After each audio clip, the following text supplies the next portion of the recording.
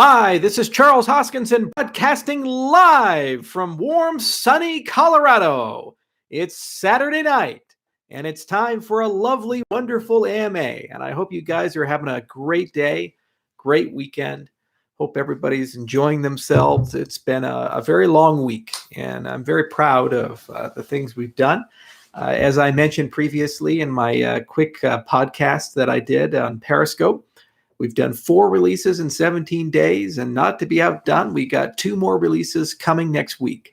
We're probably going to do 1 more flight candidate, all things considered, and then we will do the mainnet release for Daedalus on the regular version of Daedalus, which will aggregate all the changes that have rolled up through the month of April for the flight program. And that means all of our users will be on the new Byron reboot code. So look for that. We're so excited about it. Linux, Mac, and Windows. It's, as I said many times before, 18 months in the running. And it's just great to see how quickly the flight program got out, how many people downloaded, installed, and played around with the software. I've seen sync times ranging everywhere from about 30 minutes to 2 hours. Massive improvement. Flight Candidate 1 and 2. A lot of people, myself included, on Windows. My Surface Studio took about 8 hours to sync. I just synced a copy of Flight Candidate 4 today just to do a benchmark. Hour and 10 minutes.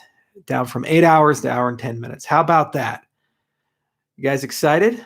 Yeah, I am. So it's just great that we found several bugs along the way, and we fixed those bugs in hours and days. It used to take us days to weeks to fix bugs, some cases months, because of the way things were architected and built. It was just really hard.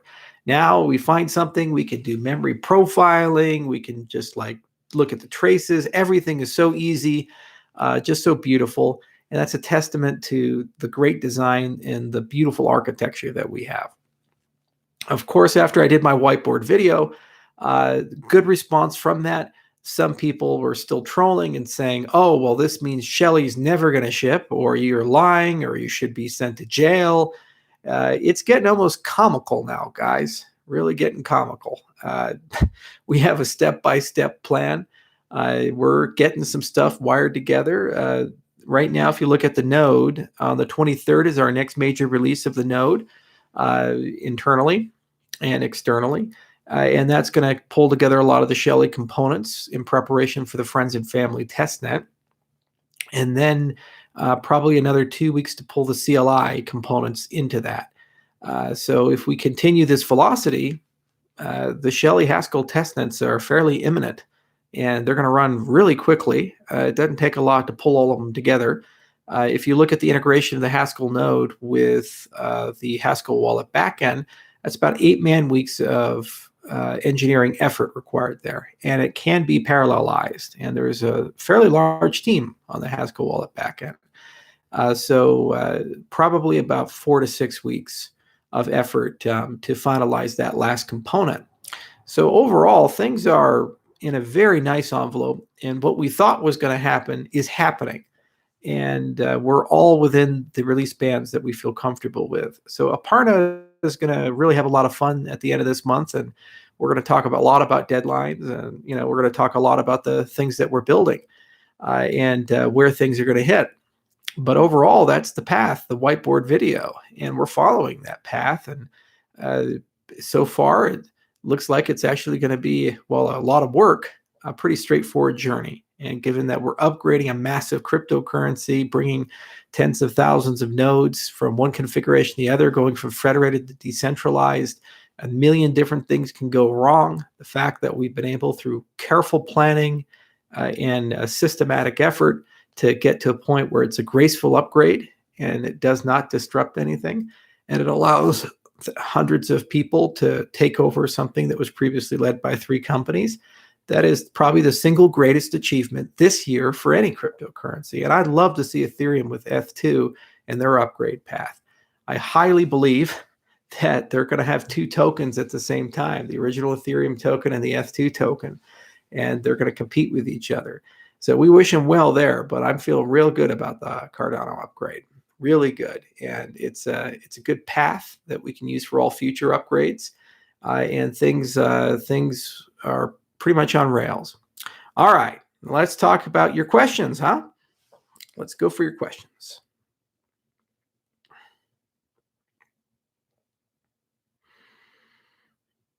How the hell is your beard back already? It grows fast. So does my belly. Get in my belly.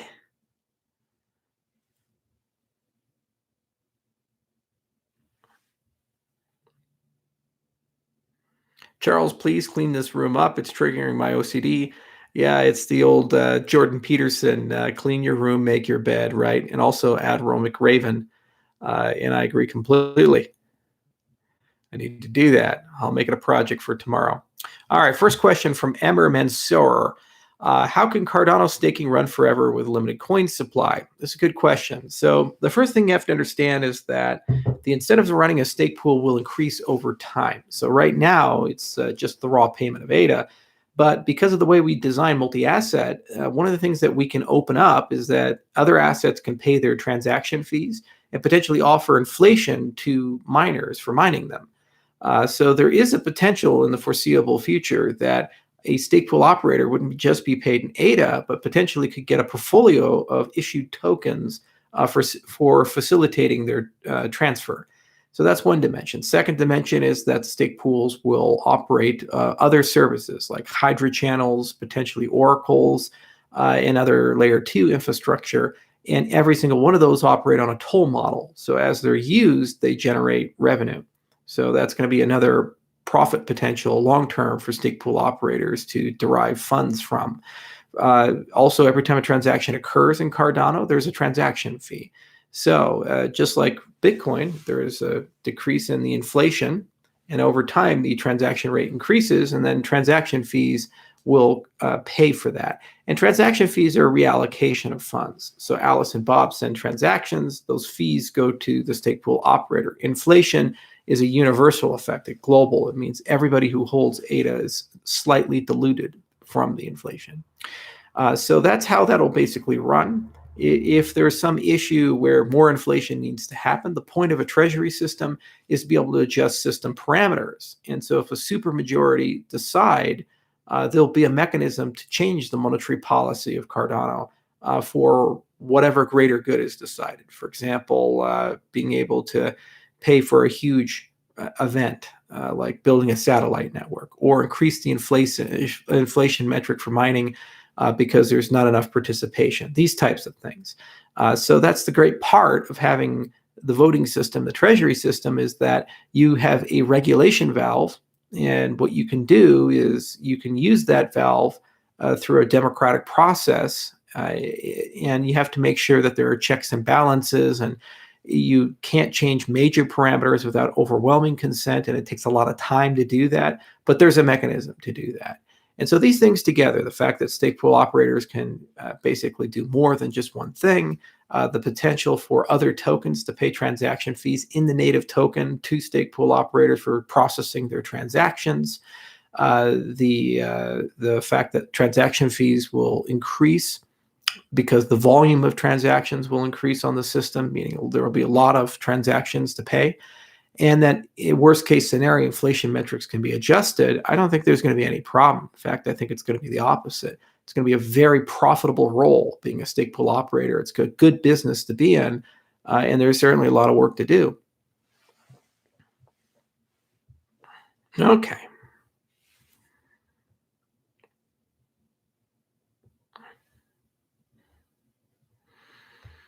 Hello from Colorado Springs. Hello from Longmont, Colorado.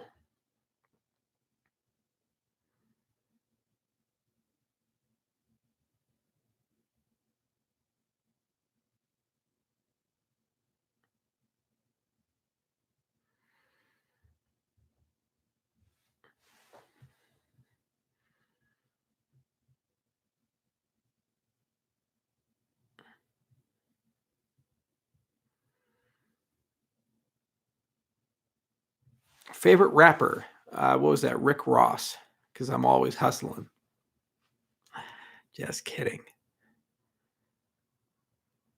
Are you looking forward to that Jerry Fragascatos and Roman Pellerin to bring improved IOHK and Cardano? Jerry's done a great job. Jerry's our commercial director, and Roman is our CTO. It's funny, when Roman came on board, there were a lot of people who said, oh, well, IOHK's hired a new CTO. And it's just great. In general, the media in our industry is terrible, absolutely terrible. We didn't hire a new CTO. We never had a CTO. I was the CEO and CTO of the organization. So we've gotten so big. We're over 200 people. There's so much going on. I said, I can't do both roles anymore. We're expanding and growing. So let's hire a CTO. So we hired Romain. And he's done a great job coming on board. It's probably the most complicated job in the entire organization, because you have to be a scientist, you have to be an engineer, you have to be a manager, you have to be a commercial guy. There's a lot there, and he's handled that with grace and dignity, and he's been able to manage some difficult personalities and not let people walk all over him. And at the same time, he has a lot of empathy for the people under him, and he's done a lot of things, I think, that have definitely improved process and morale. So we're very lucky to have a good CTO, and we're really lucky to have found him. He's a wonderful human being. All right, Rick says, well, we need to re-enter our 12-word passphrase for the Shelley wallet. Most likely, yes. We're still working through that user experience side of things, but there's going to be an address rotation. So we're going to move from the old style addresses to the Bech32 addresses, and we have a completely new wallet type.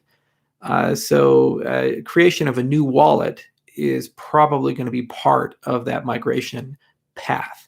So I will talk to Darko about what they've decided to do for the final user experience, but it's safer. There's some technical reasons for this.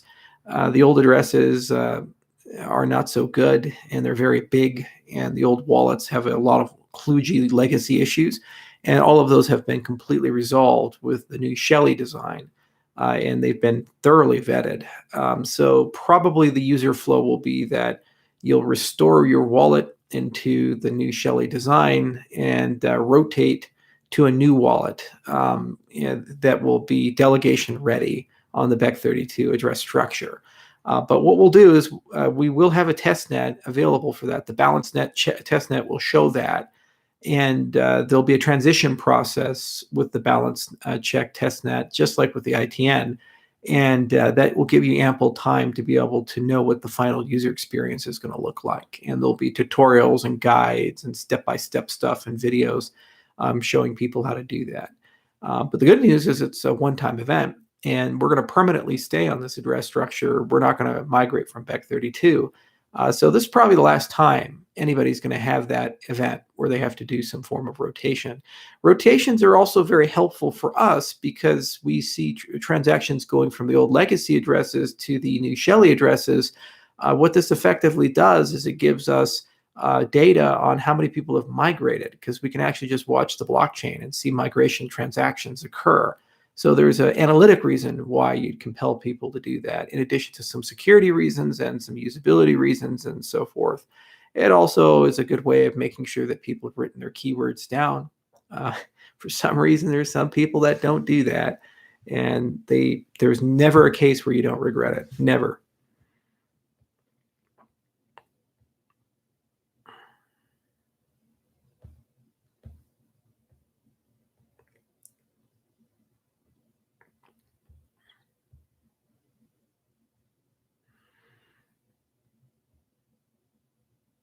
Yeah, you see this comment from Jorge Barbosa. It's not Jorge, but this one right here from Nyan. IOHK has released new paper called Optimum Ways to Delay Your Project.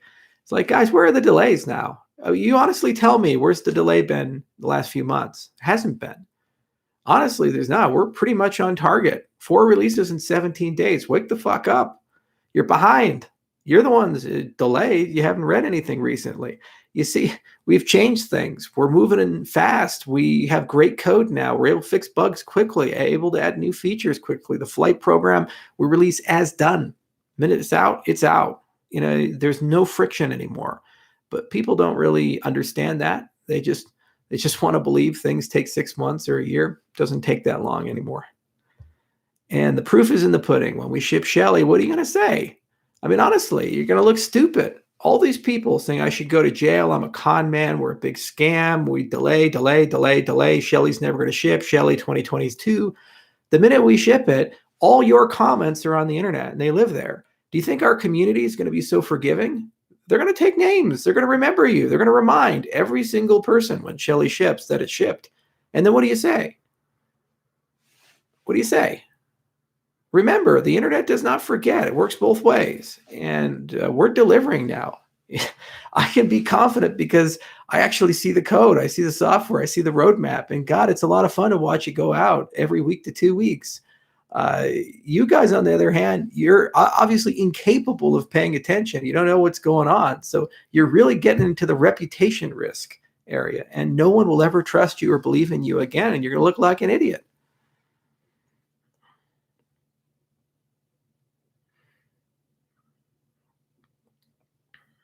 And by the way, just for the community, you guys do take notice that the people say Shelley's never going to ship. Take names. And when it does ship, remind them. Really do. It's very therapeutic. It's going to be fun.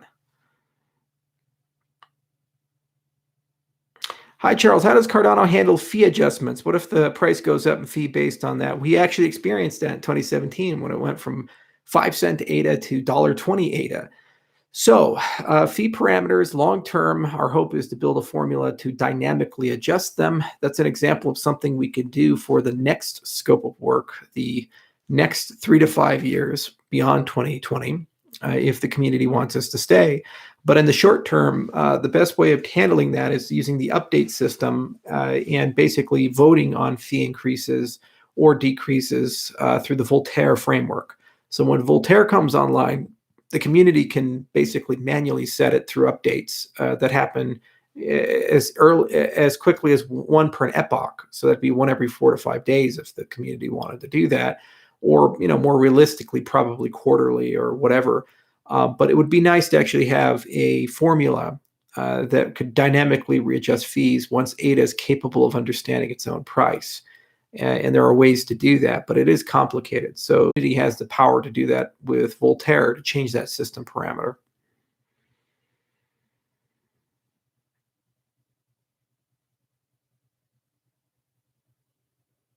Ledger cold wallet staking update. Yeah, we're working on that. The foundation has contracted an entity. I think it's Vacuum Labs. I can't remember which one it was. And I think there's a 90-day scope of work to do all the ledger update. And there's 2 major items there above the Shelley support.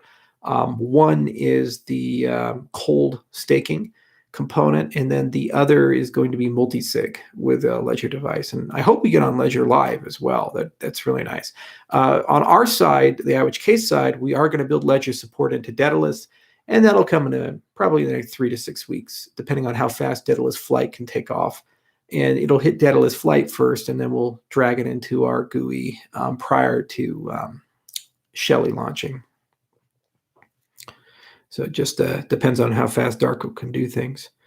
Cardinal, possible ID 2020 back-end contender. Prism certainly could be.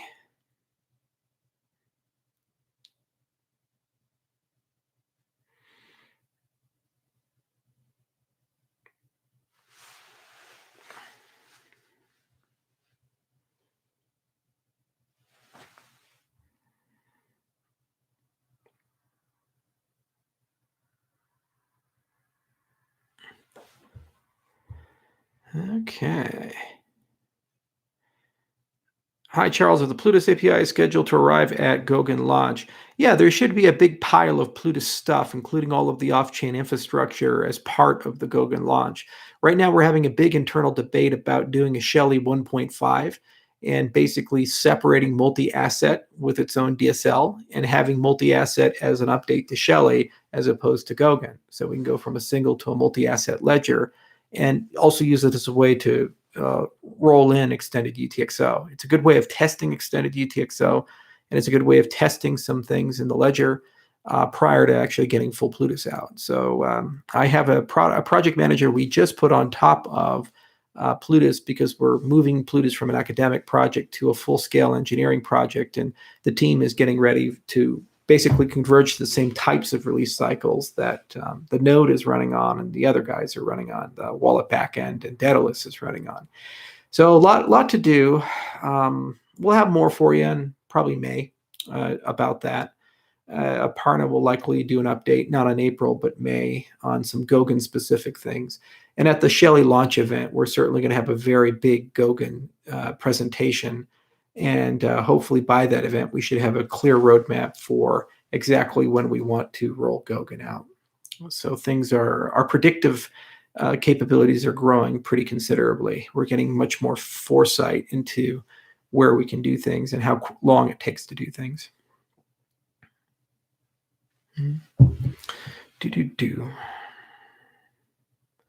Is ETH adopting some of Cardano's code? No. Their hatred of me and their inability to read our papers seems to work in our best interest.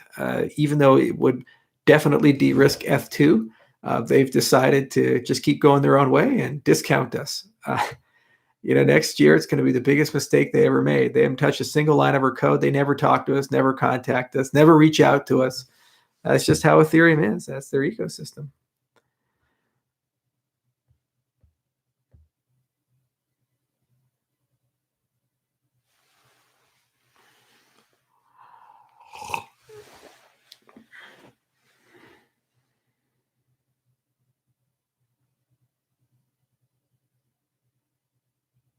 Yeah, you say I'm full of myself, but guys, we did do 5 years of research and write 60 papers.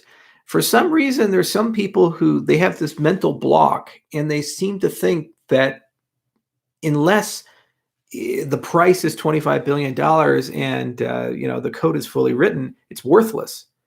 But guys, if I have a cure for cancer in a vial or written down on a piece of paper, is it any less valuable? As long as it works, you understand the intrinsic value of that thing. And we spent 5 years basically building the best technology, bar none. It's a fact. It's there. From performance to a path to scalability, to how we're going to handle interoperability, to how we do updates, to how we thought about on-chain democracy. These things are here. And we talked to people all across the world, more than 50 countries. We have 200 people at IOHK, dozens and dozens of engineers working every single day on various different aspects in each of these areas who think about nothing but this. There has never been a project like this in our industry, and no one has worked as long in our industry on anything like this. So yeah, you're damn right I'm confident in my technology because it works. It's amazing. And when these things start rolling out in the market, Ethereum can't touch it. And they're going to have a really hard time because every time they try to do anything, they're going to endure bureaucracy, fragmentation, a lot of actors pulling it one direction or the other direction because they want power or money, and that slows them down. And they have no on-chain way of deciding what things are going to be. So the only thing they can rely on is a cult of personality around a particular person. That's it. That's all they got, just like all these other coins. So I wish them well. I really do, but I'm not optimistic. I'm very bullish on the things we've done. I cannot see the stake pools in the ITN for weeks now. Do you know why? No, Steve, I don't. Maybe you should take your blindfold off. Dude, just think for a minute. Ask yourself this. I don't know you. I don't have your computer here. I don't have any logs here. The bug you've just reported is not a common one. We're not seeing a lot of that in the help desk. So do you honestly think you're going to get an answer? Like, really? Do you honestly think that I'm going to just sit here and be like, well, Steve, here's what you need to do. Type this command in and it's going to fix everything. Come on, man. There's a process. We have a help desk. If you're having an issue, submit a ticket. There's also Telegram channels, and there's well more than enough stake pool operators to help you figure things out. If you're unwilling and able to use those services, then you're probably not the ideal person for the ITN. It's a test net for a reason. Oh, there's another one. 9. What happened about the presentation done by Charles and Duncan at Google? We got invited by Google to do a presentation. So we went and did a presentation at Google where we talked about cryptocurrencies and Cardano. And they said, wow, that was great and awesome. And we took some cards and left.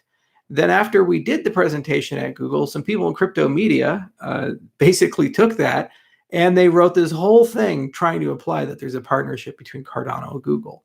And this is just the sadness of the state of crypto media. It's terrible. It's absolutely terrible. Everything you do is an article. Every tweet is an article. Every interview is an article. Every AMA is an article. And of course, they never get it right. They just say stuff. And then people read it and they think things that aren't true.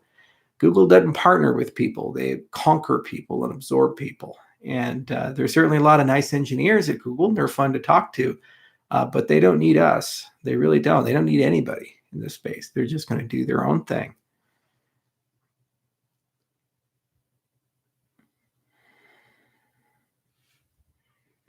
Yeah, dude, show the community is more than just a wallet.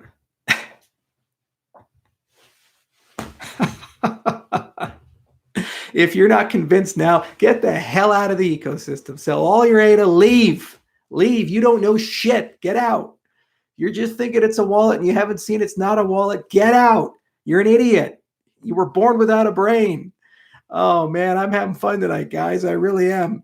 You guys, you just, there's some people in this space, they just cannot admit they're wrong. And they double down on lies. They double down on stupidity. They double down on rumors and misconceptions. And then when you show them the evidence, they still will not talk to you or believe you.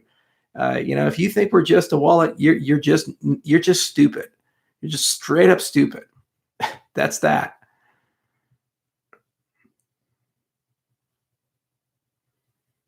It's true. Everything is an article, Raging Bull. It really is. Every tweet, there's like an article. Now, every AMA, there's an article. And they never get it right, or they just go in a crazy direction. How will Cardano outpace Algorand? How will Algorand outpace Cardano? I mean, we're moving faster than these guys.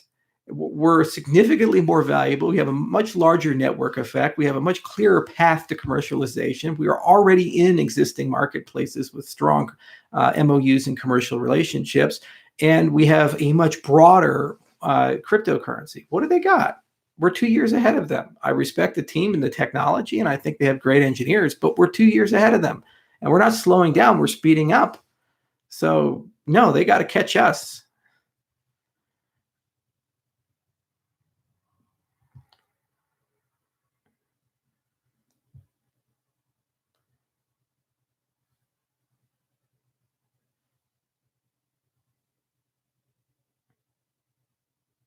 Oh, we got a Tezos guy. You could have said that about Tezos last year. You could have said that. Yeah, good luck with that, guys. We have yet to begin to fight.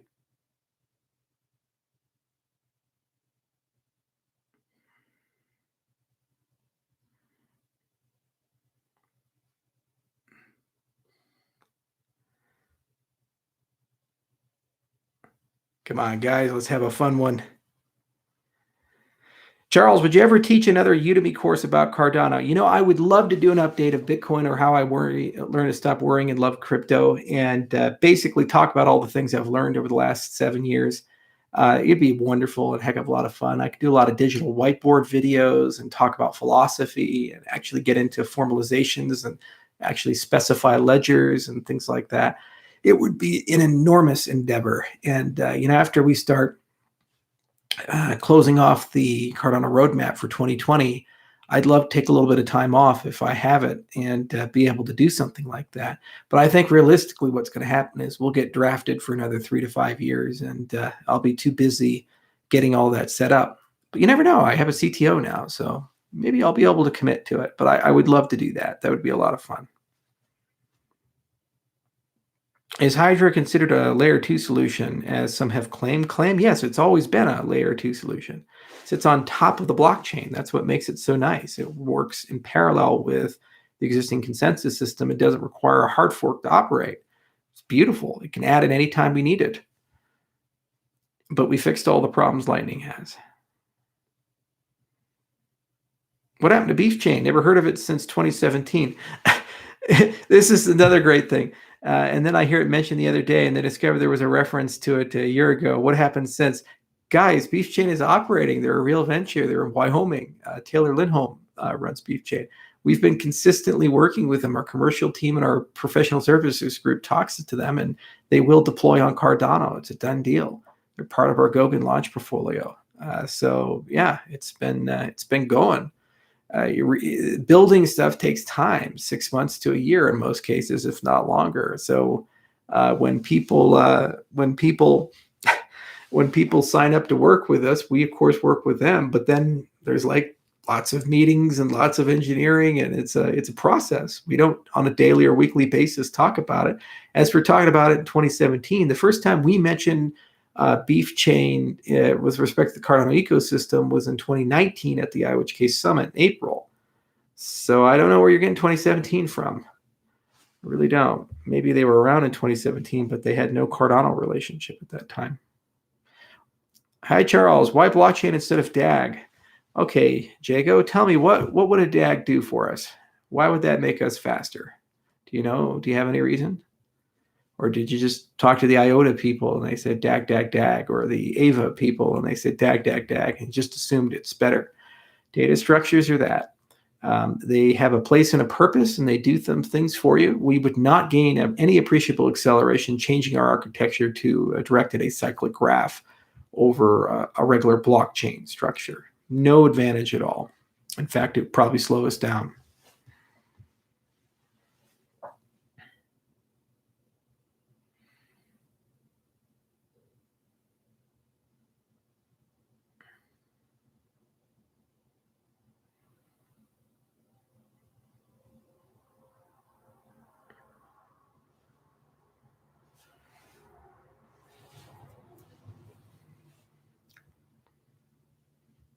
Well, Bart, when I say I'm insisting on no delays in development, I'm talking about today. There have been historical issues where we've had to take more time than we thought, and we had to throw away an entire code base that we were originally planning to iterate on.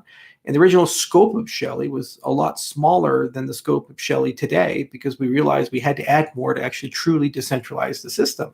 It's called product reality, and that's how it works. And Vitalik Buterin learned that with Ethereum too. He thought Casper would be out in 2 years. How'd that work out for them? Where's Casper? By their time frame, 2017 POS beta rolled out, 2018 POS mainnet. They're already 2 years into their scalability solution, and they've been celebrating 2 years mining free, right? Wrong. Didn't happen. It's going to happen this year. Maybe, maybe not. Welcome to engineering. Welcome to science. It occurs. What matters is, have we gotten past it, and are we in a position where we're actually executing reliably on a thread that is predictable? And the answer is yes. And you can see that with the Byron reboot. You're going to see that with the upcoming Shelley releases. As for the past, it is what it is. We couldn't do anything about it. We tried best effort. It wasn't like we were just sitting on a fucking couch.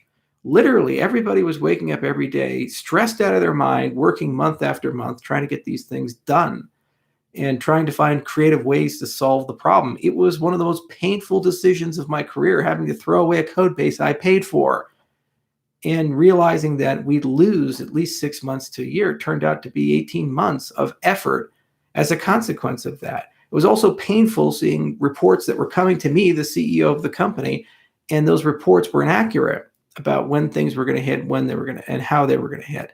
And what do you do about it? You just say, all right, well, we can complain about it. We can cry about it. We can be little man children about it.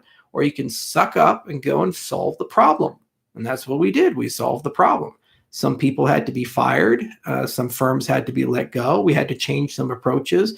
We had to pivot on a lot of things. We had to prune some things from the roadmap. We had to get more focused. And that's how commercial products and projects work. When Vista was under development, they had to clip WinFS. There's a dozen little things like that to get it to market. Similar when the 787 was being built by Boeing, there were a lot of things that they wanted to put into that plane. They just could not put into it. And it ended up in the 737 MAX and the 777X. And that is how product development works. As I've mentioned many times before, more often than not, you guys don't see that. But we did this out in the open. We did it transparently. And as a consequence, it meant that you guys got to see the good, the bad, and the ugly. And we were very clear all the way throughout that we were making best effort. And when delays happened, we explained them. And we didn't try to hide from them. But that's never going to be good enough.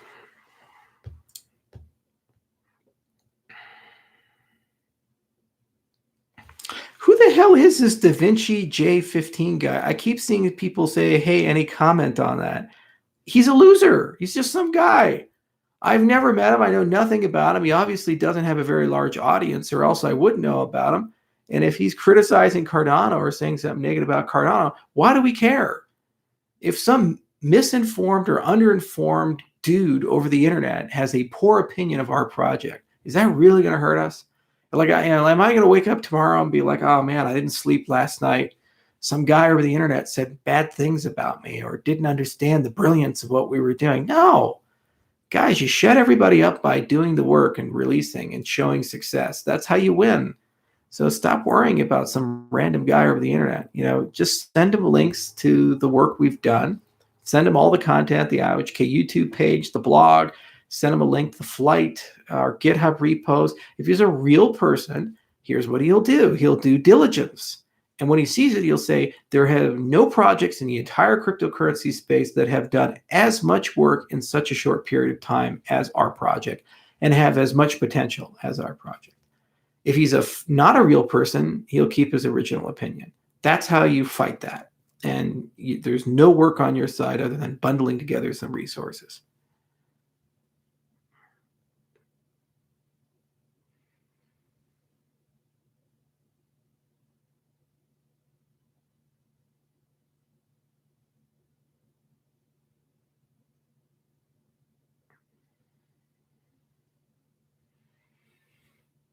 Mike Tyson did not say Cardano sucks. I've even been to Mike Tyson's old house. I like Mike Tyson. He's a good guy.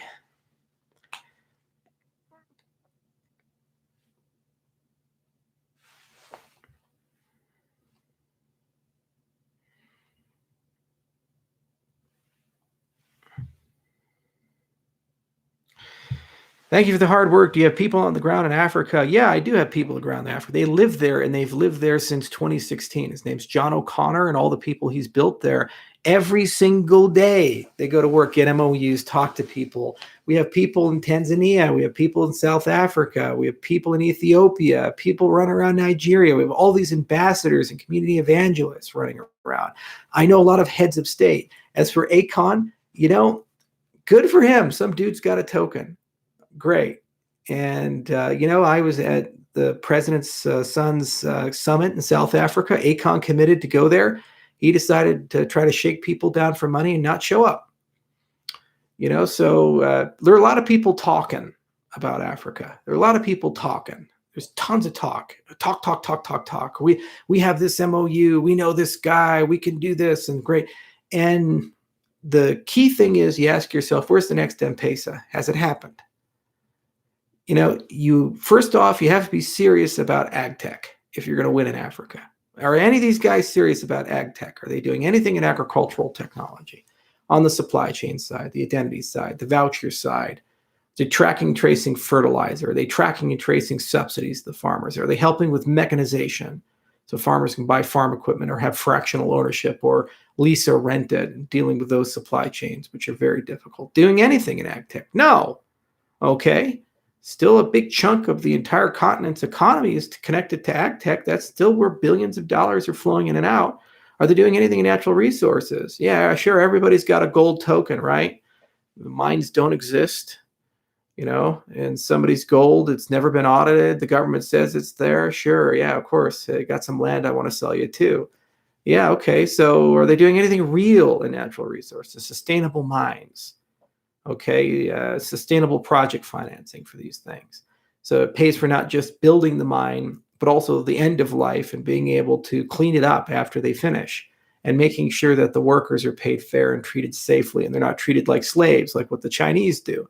Nope, nobody's doing that. Guys, we're there. I live with these problems. I read reports every single day. We talk to the UN. We talk to dozens of different NGOs. We're fully aware of these problems and we're fully prepared over a long arc of time, because every single one of these things takes about 3 to 7 years to actually do something real to get our products in the hands of the people that matter, the people, the diaspora, the farmers, the people who will one day wake up and have real wealth and be in the hundreds of millions. But you have to have patience. You have to earn your respect. You have to actually provide real value. You have to be prepared to have huge setbacks. You have to deal with changes in regulation, capital controls. You have to deal with a rule of law being shaky sometimes. You have to deal with regime change. You have to deal with the fact that sometimes your projects are politically dangerous. For example, if we build a voter ID system, it allows certain countries to have a census. If they have a census, then they're allowed to have their elections. Well, what if the ruling party doesn't want to have elections? Well, all of a sudden, that thing that we thought we were going to roll out 2 months ago has been delayed for 2 years. Okay? So, you're going to see all the time these guys from Apollo, Acon, around. They just claim and claim and claim and claim and claim and claim. I don't run into them. And I should, because we're there. We're building. And we wake up every day and we know everybody pretty well. And they're not talking to the same people we're talking to, and maybe they have their own set of people, but the proof is in the pudding. No one owns that continent. No one's going to own that continent. The point is to get the technology there and let the continent decide its own path. Ugh. Hey, Charles, can you give any updates on Voltaire or the voting system? Oh, I could, but I'm not going to. We got a lot of cool things. There are more than 10 people working full-time right now on Voltaire, and they are doing amazing things. Dor is a brilliant product manager, and there's some good engineers there. The entire ITN team has been moved over to Voltaire, and they're just doing some crazy good stuff. So I'm going to leave it to them to make their announcements, and that's going to be a nice surprise for you guys, sooner than you think.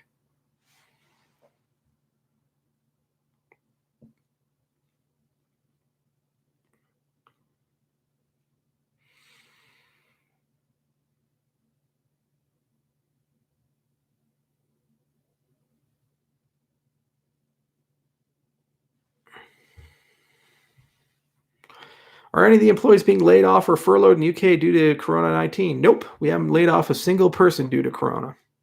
Going strong.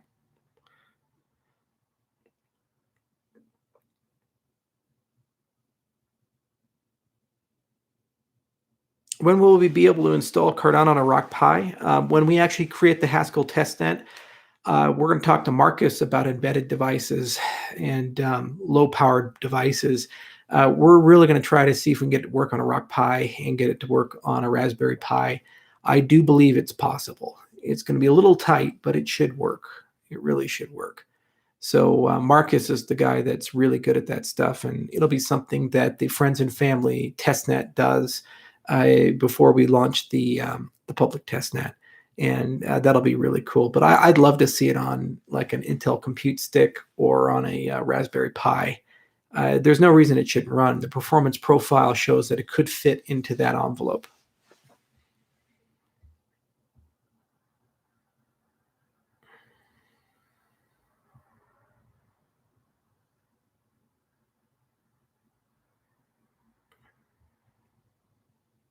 Yes, I'm very happy, Falcon, about McCann. And they're working, their primary output for the first generation of this stuff is going to be the Cardano.org refresh.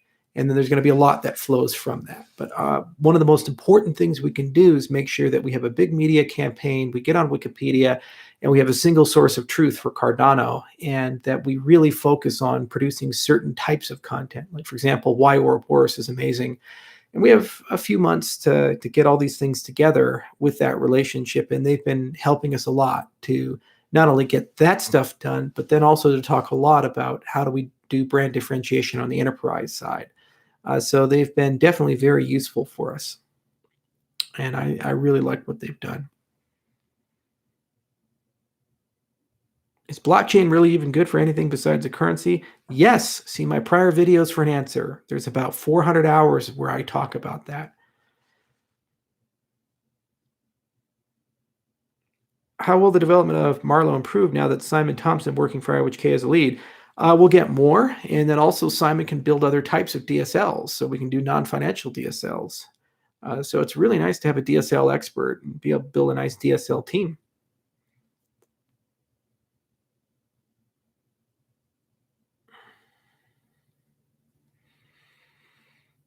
Hi, Charles. Is 2020 still the target of mainnet Shelley? Yes, you idiot. Yes.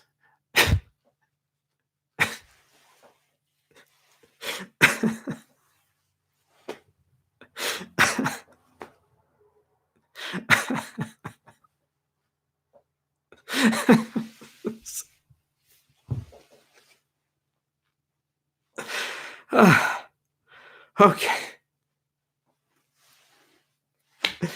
Okay. Yeah, you see, Bart, he didn't watch my last video. When are we shutting down the IOHK nodes on the Rust ITN? We're going to shut all of our ITN nodes down with the balance check testnet because that's the last opportunity to actually pay out anything, right? So when that hits, we're shutting it down. As I mentioned in my prior video, watch the videos, keep up.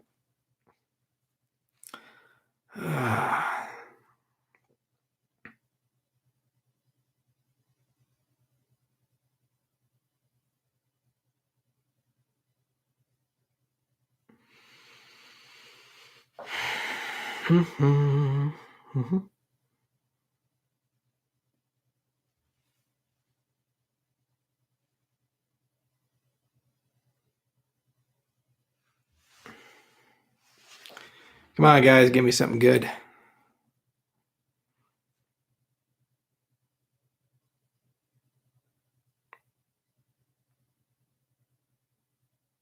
The stablecoin debacle. Yeah, so there's a lot of people talking about regulating stablecoins. So there are really two different classes of stablecoins. So there are asset-backed stablecoins, and then there are algorithmic stablecoins. So asset-backed stablecoins, those are stablecoins that basically have a promise behind them.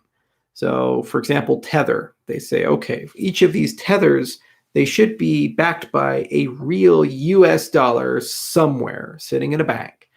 Now, the problem with full or fractional reserve money is that you are completely at the mercy of the custodian and the person making the promise. Okay? So historically, every single time this has been tried, it has failed in the long term. There are no exceptions given enough time. In the 19th century, there were over 200 private currencies issued by banks throughout the United States. Every single one of them failed because it's too much temptation. There's too many things that can go wrong when you have a backing behind an asset. Even the United States, we backed our money by gold with the Bretton Woods Agreement. And then in the 70s, Nixon said, we don't need to do that anymore. And we just took the gold away. And we said the US dollar is now not backed by anything. Okay. So I'm not a big fan of backing something by an asset. Doesn't make a lot of sense when that asset requires custodian risk and that asset can be decoupled by a central actor.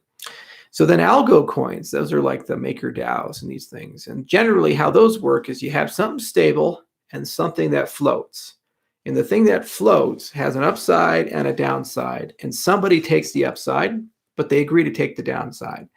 And as long as that is somehow bounded and people are able to operate within those bounds, then the other asset doesn't have an upside, but it doesn't have a downside. So its volatility is very low. But as we've seen with liquidations and MakerDAO, that hasn't worked so well in practice. I tried to do it too with Dan Larimer's first project I did in the space. It was called BitShares. And we had this thing called the BitUSD. Did not work. So algo stablecoins, super hard, super difficult. However, they can be tremendously valuable if you figure them out. For example, if we created an algo stablecoin that was backed by ADA or some construction involving ADA, then it would create gargantuan amounts of trading and demand for ADA if the stablecoin was successful, because the only way to generate them would be to have some sort of ADA component for its generation. So if it becomes like Tether and it has billions of dollars of daily turnaround and billions in circulation of value, it would actually push the value of ADA up. So it makes a lot of sense to try to create an algo coin where your backer is the underlying asset. But they actually get the monetary policy right, the economics right. No one's ever done it. And so we do have a team of people led by Bruno Paleo who are just examining these things in general and seeing what we could conceivably do. And we have a lot of ideas that have been percolating for the last 7 years, but it's a very challenging thing. But it's the single most valuable thing we can do in the cryptocurrency space long term, because it's the only way to do lending, it's the only way to do insurance, and it's the only way to actually completely decentralize our cryptocurrencies. There are needs for stable assets. Merchants are not currency speculators. They need stability if they're going to conduct commerce. And furthermore, if you want to onboard people and have them stay in your ecosystem, holding an asset that's not volatile is a very important thing, and it's a very powerful thing. So it's something we think a lot about, but it's a lot of work, and it's something that will come over time if we can figure it out.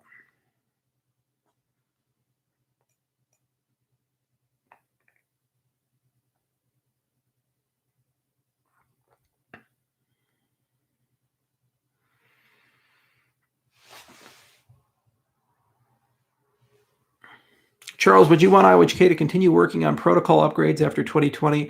Guys, I got another 5 years in me. I really do. I'm a young guy, and we have the best team in the world for building cryptocurrencies, and we got all our problems fixed. So we're moving faster than anybody else. You'd be stupid not to have our company go and give it another shot, because what we could do with another 5 years is unbelievable. I mean, in 5 years, we went from 2 guys to 230 in a gigantic effort and 10 labs and 60 papers and a million lines of code, and having to make a lot of mistakes and learning how to get all this stuff done. And now we have this mammoth engine. And if we're not voted back in, then I have to disassemble that mammoth engine. So then somebody else has to come and figure out how to build that, all that capability and that capacity and that domain expertise back up, and then propose an alternative roadmap. It would be a travesty. It really would be. The people I have in my team, they don't want to stop working. They want to keep working. They're fired up. They're ready to go. So this is one of the reasons why we're going all hands on deck, getting Voltaire where it needs to be, because it's super important that we get that voting system out as soon as we can, and get Shelley and Goguen out as soon as we can, so that people can then vote. And I really strongly believe that the community will decide to keep IOHK around. In terms of what we'll do, we'll take it from the best cryptocurrency to the best financial operating system the world has ever seen, that really truly can support billions of users and really truly can basically be the engine of all the value transfers of the world. We really can go and give it a fair shot with another 5 years, given what we've achieved with these 5 years and the team that we have. So we'll make the case, we'll put the price tag on it, and we'll get that voting started as soon as we can. And if the community wants us, we'll stay. If they don't want us, well, then unfortunately, I'll have to disassemble this engine. It is not cheap. It's a very expensive group of people. They're the best. There's so many PhDs here. There's so many talented engineers and scientists. And this is not a charity. The whole point of a treasury system is that the system can pay for its own maintenance. You should never have a system where you have to rely on people being nice or goodwill or beneficence, because you're just PBS at that point. You're the National Public Radio at that point, begging for money on a telethon every 6 months, hoping to God you'll get your funding. It's not sustainable, and it's annoying as hell. No, you should have a real commercial system, and if Cardinal is really valuable, it should be able to pay for its own bills, and it should be able to afford the best engineers in the world to take it, make it the best system in the world. We think with the treasury system we designed, there's a path to do that. And it's the community's decision whether they want to do it or not. And if they want to go in a different direction, okay, that is true decentralization. The freedom to decide, the freedom to pivot, the freedom to fire the founders, the freedom to move in a different direction, or the freedom to double down on the things that they think are valuable. And our job is to make the case, and your job is to decide if that case has been made or another one is better.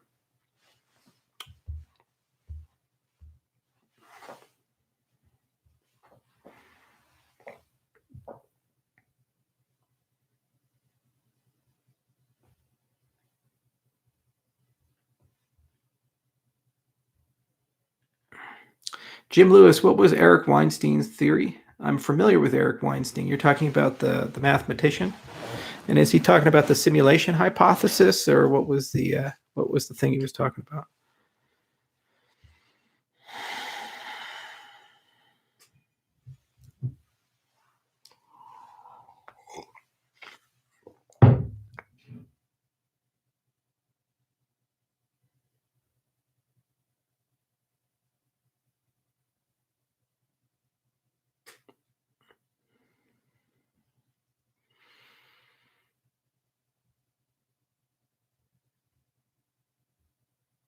Tell us about the new masks. I've had these for years, guys. They're from Nepal and from Africa and Venice. I used to go to Carnival.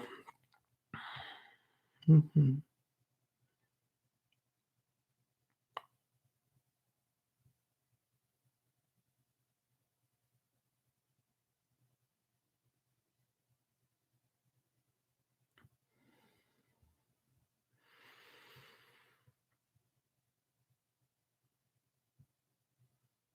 Is the dollar going the way of Zimbabwe? No. It's a little bit different. The dollar goes down, the whole world goes down. Whole boat's done.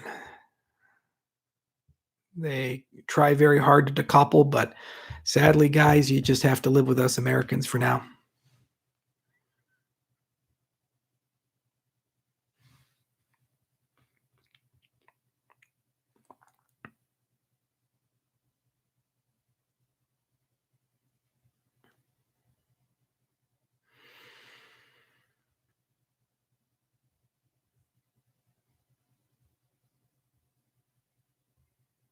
Charles, will you sign my Lambo? What Lamborghini do you have? I love Lamborghinis. They're good cars. Really expensive cars, but they're good cars. $2,000 for an oil change. It's crazy. It's absolutely crazy.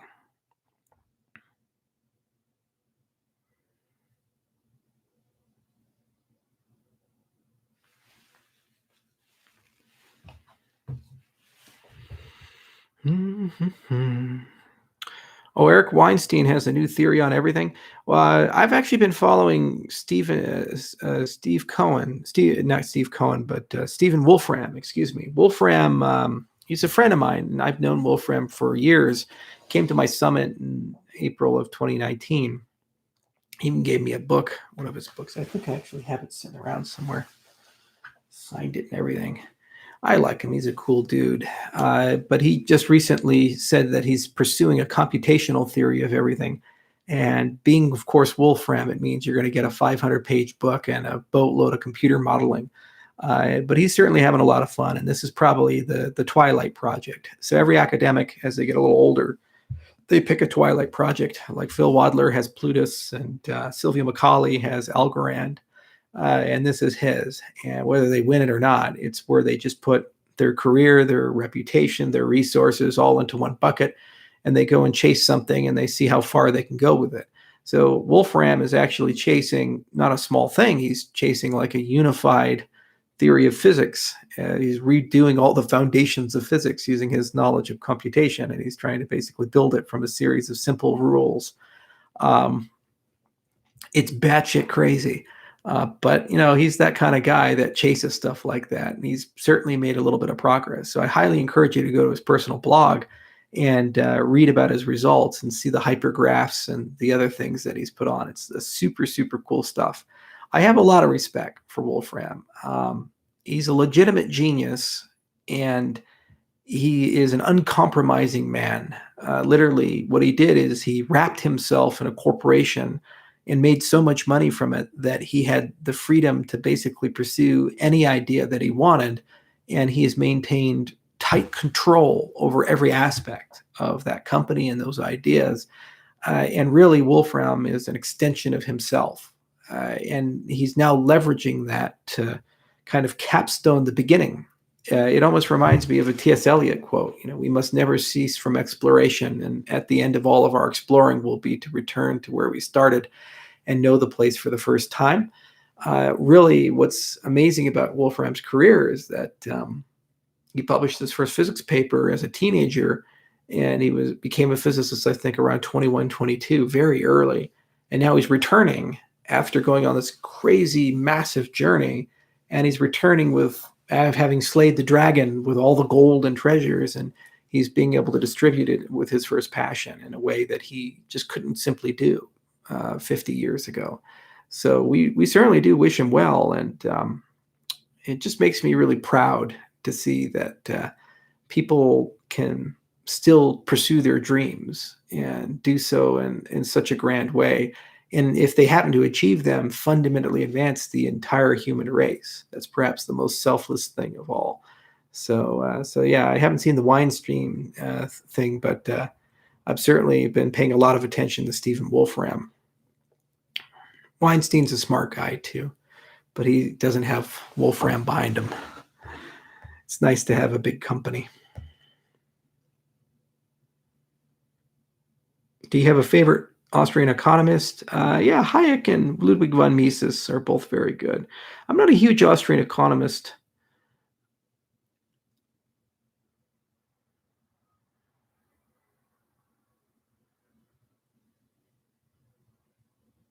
Yeah, there we go. Wolfram had a PhD in physics at 20 years old.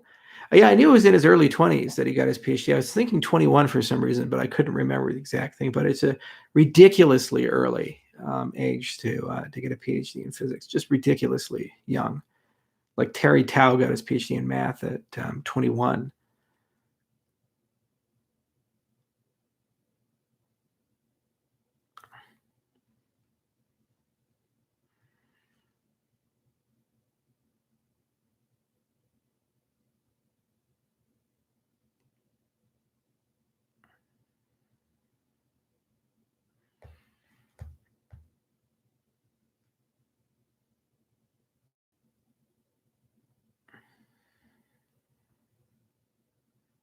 Why did you shave your beard? I was doing some traveling and I needed to wear a mask, and the mountain man beard just made that really difficult. And so I shaved it to wear a mask. We're right at the peak of the epidemic, and it's starting to die out. And it's probably in the next 2 to 4 weeks will die out. Yeah, let's talk about COVID a little bit, since we're all living with COVID and it's cowling the entire world. So I have my father's a doctor, my brother's a doctor, and I know a lot of people in the medical business, and we talk quite often, usually daily, about therapeutics and basically the state of everything and where are we at. And I talk to a lot of heads of state, and they have opinions about when to open their countries and where all of this is going to go. So the worst case scenario is this thing is so deadly and terrible that we all have to wait for a vaccine before we do anything. The data, they have conclusively shown that the worst case scenario is not going to happen, and that the case fatality rate is not as high as we thought it was going to be. So I've seen reports, for example, the entire country of the Netherlands started doing antibody testing, and about 3% of the population has already contracted and recovered from COVID. And when you factor this into their case fatality rate, it goes from double digits down to 0.1% or something like that. So it's certainly worse than the flu, but it's not as bad as we thought it was going to be. The mortality rate in Italy was similar to, in localized settings, influenza seasons in 2017. And if they were to do heavy antibody testing, there's a very strong possibility that a big chunk of Italy, similar to the Netherlands, 3 or 4%, contracted corona already. So then suddenly that case fatality rate that goes from 5% to significantly lower. If you look at the people who are dying, well, the young can be infected. The vast majority of people who are dying are people who have comorbidities, who are over the age of 50 and obese, or people who have lung problems or immune system problems. So really, this is a disease that strikes the vulnerable, but not the young. The young can get it and certainly can have a hard time with it, but the vast majority recover, and the vast majority have mild symptoms. What's really extraordinary is the advancement in treatment for ARDS. So advanced respiratory diseases, there was standard protocols to treat them. In the last 3 months, those protocols have advanced probably more than the last 10 years. And it's gotten to a point where there's considerable innovation in the way to treat people in the ICU without having to ventilate them. And as a consequence, because they don't go on a ventilator, first, you don't need the ventilator. And second, your chance of damaging the lungs goes down. And actually, the patients tend to recover faster. Furthermore, there's now, I think, more than 500 clinical trials for various different drugs, from remdesivir to hydroxychloroquine. And all of these are basically showing some real progress. Remdesivir, there are some conflicts of interest in the studies that I've seen where Gilead has involvement in the study construction and patient selection. But even with what they've done, there's definitely some hope there. And remdesivir in particular is a very exciting drug because it can be converted into a pill and used as a prophylaxis, meaning it can be distributed proactively to the elderly, to the nursing homes, to the medical personnel, and prevent infection or reduce the chance of infection. Because of the nature of that drug, it doesn't seem to have a lot of side effects. Hydroxychloroquine, if it does work, and there are massive tests going on, within a few weeks we'll conclusively know if it does or not, does have more side effects, especially when coupled with azithromycin for those who have heart problems. But here's the long and short. Within, I'd say, about 4 to 6 weeks, we will have good therapeutics, from convalescent blood plasma to drugs that will take the very sick and give them a significantly better chance of surviving. Furthermore, all of the PPE shortages in the United States in particular will be gone, and the testing will be scaled up. We now have tests that take 10 minutes to do, and they can be done right here in this part of the nose instead of having to go all the way back up. The problem with a test where you have the tip go all the way to the back of the throat is that it tends to make the patient cough, so the amount of PPE that the people have to wear is a lot more and has to be changed. So much better tests, rapid testing, antibody tests, all of these things in the Western world will be at scale within 4 to 6 weeks. Therapeutics will be online within 4 to 6 weeks. The case fatality rate is significantly lower than we thought it was. And also because a lot of people have already got it, herd immunity is starting to kick in, especially amongst people who are very ephemeral, people travel. So that means that the second wave will be a lot more muted from the first wave. The Spanish flu was the opposite. It killed between 2 to 3 million. The second wave killed between 25 to 30 million people. So it was much worse. I think it's the opposite for COVID. So I'm really, really, really excited to see that we're probably going to crawl our way out of this in May and June, and exiting spring and entering the summer. Coronavirus is not going to be as bad as it was. Now, there's still going to be social distancing. There's still going to be masks. There's still going to be people getting sick. The vulnerable still have to worry, especially if you're obese and have comorbidities and you're older. These are risk factors that make your CFR bad. But if you do get sick, there are now treatments, will be treatments, and there's a protocol every step of the way from when you first enter the hospital to when you're really sick at the ICU, which has been tested now on more than 2 million people. And as a consequence, there's a huge body of knowledge about how to treat you well.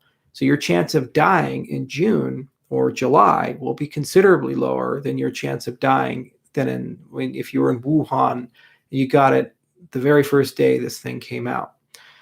So I'm cautiously optimistic that the third quarter and fourth quarter of this year will be a lot better. I know that there's going to be a second wave, but I don't think it's going to be as bad, and I think we'll do a better job.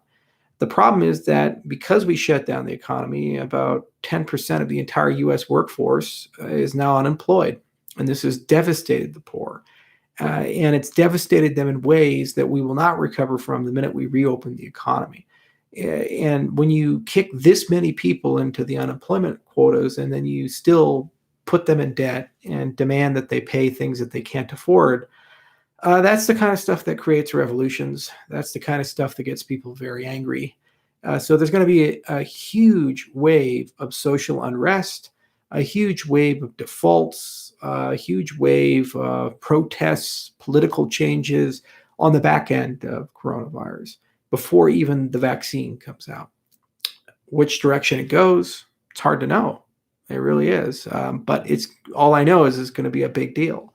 Now, we as an industry, the cryptocurrency industry, I think, are the primary beneficiary of these things. When people lose confidence in governments, when people lose confidence in central banks, political realities, they tend to flee to safety. They tend to flee to contrarian views, and gold can be confiscated. Crypto is much more difficult.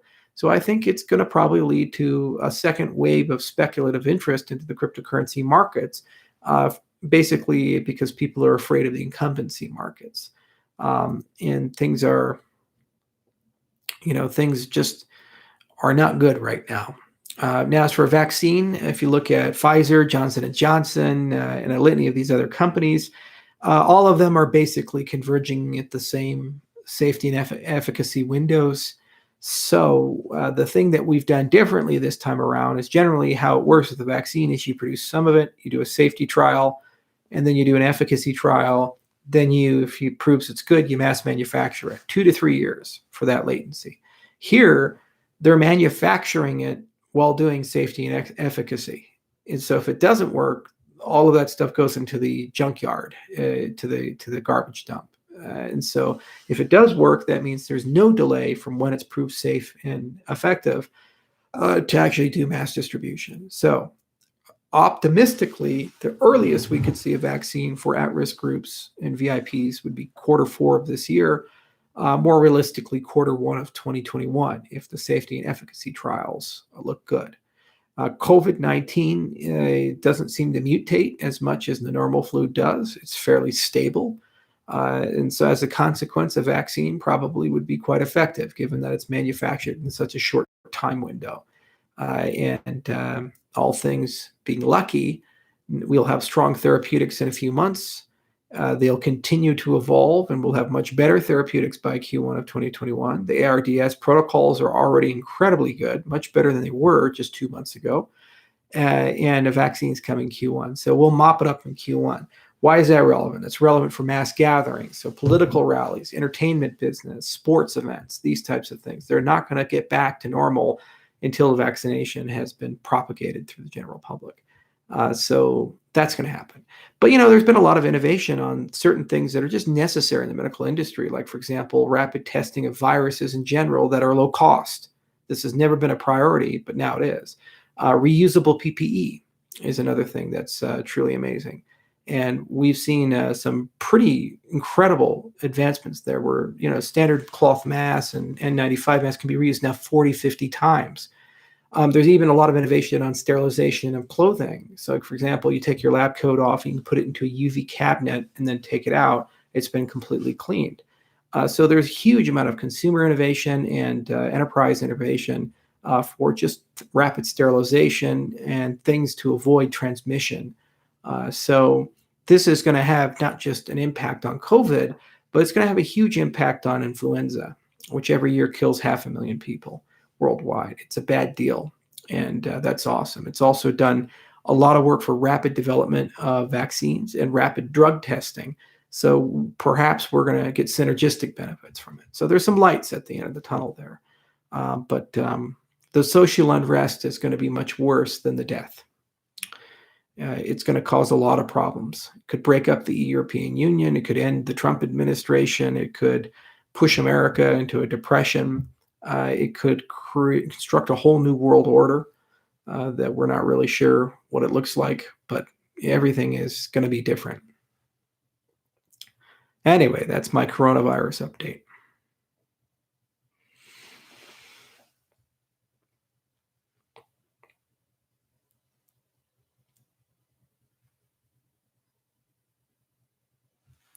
Biggest regret of the professional life. Do you regret KVM or 2018?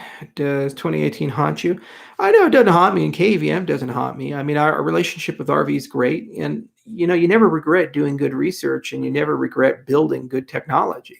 I mean, at the end of the day, because Ethereum just didn't understand the value of it, we had to pay to make sure that Ethereum had formal semantics. We needed to do this to fully understand how to build Plutus, and then also how to basically build something better than what Gavin Wood had constructed. So I don't regret that. I think it was money well spent. I'm sad that we weren't able to take it to the next level and get all the benefits of it. But, that's the nature of research. It takes a huge amount of time. There's a huge amount of money, a lot of brain power, and not everything you do works out. And not everything you do can be immediately commercialized. And there are a lot of things that are just amazing if you can achieve them, but unfortunately you just can't afford, for whatever reason, the full realization of that technology. So don't regret that. 2018 was a learning year. We had to deal with the consequences of a poor vendor. We had to deal with the consequences of assumptions we made not being true. And we tried very hard to manage it, and then it just got untenable, and then we had to start over. And it did create some delays. And, if I got a do-over, of course, we'd do things dramatically differently. but you don't get do-overs in life. And that's not what life is about. What life is about, and what running a company is about, what great ecosystems are about, are learning from the mistakes you make, building resilience, and overcoming those mistakes, and growing to a point where you're capable of still being competitive and ultimately stronger. Today, we are a stronger company, we're a stronger ecosystem, we're a more focused company, and we have much better outlook in technology than we would have ever had we made decisions differently in 2018 and did everything right the first time. The other thing is that even if we did everything right, we delivered everything to market, maybe we would be number 5 or 6 on coin market cap. So it would be a little bit better, but we're in a massive depression, our industry. So it really wouldn't have moved the needle so much on price. Nothing is going to do that. We have to grow out of this, and we have to wait for crypto winter to completely end. We were exiting before COVID. We saw every indicator inside of that, and Bitcoin was headed back to 20,000. And coronavirus robbed us of that uptick. So now we just have to wait a little bit longer. So, that's deeply frustrating, because if you look at where Cardano is at today compared to where it was at when we first launched, there's just no comparison. We're just so much better, yet the price does not reflect that. And that's deeply frustrating. And it's deeply frustrating that people have these unrealistic expectations about returns and unrealistic expectations about what price translates to. There's a whole class of people who the only data point that they collect with cryptocurrencies is where it sits on CoinMarketCap. And if you're not looking good that day, you're a scam or a bad product. And, if you think, wow, we spent all this time building all these things, the only thing you care about is a vanity metric, it's frustrating. It really is. And I wish the space wasn't like that. And it's one of the things that, if it keeps being like that, it's one of those things that makes me want to leave the space. But the good news is that it's not always about that. And there's certainly a lot of people who aren't there. And this is why we're in Africa and other places, because they don't really care about the coin market cap. They care about their fertilizer vouchers and their identity and their property. And they care about being able to wire money to their children, these types of things. And the fact that we have technology to do this in a free and fair way at a scale of millions to billions, that's what keeps me in the space and keeps me invigorated and motivated. And it balances out the noise and the speculators.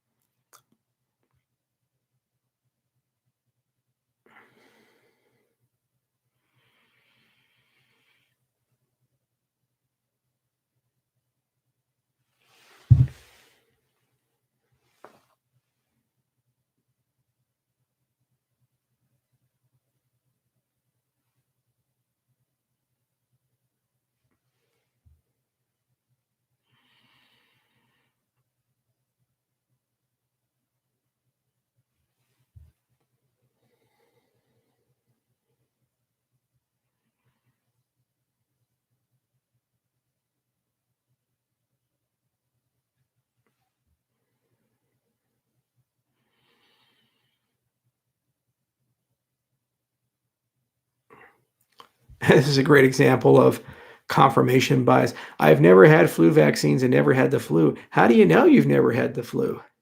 You could have been an asymptomatic flu carrier, could have gotten it, had no symptoms, and spread it to your friends.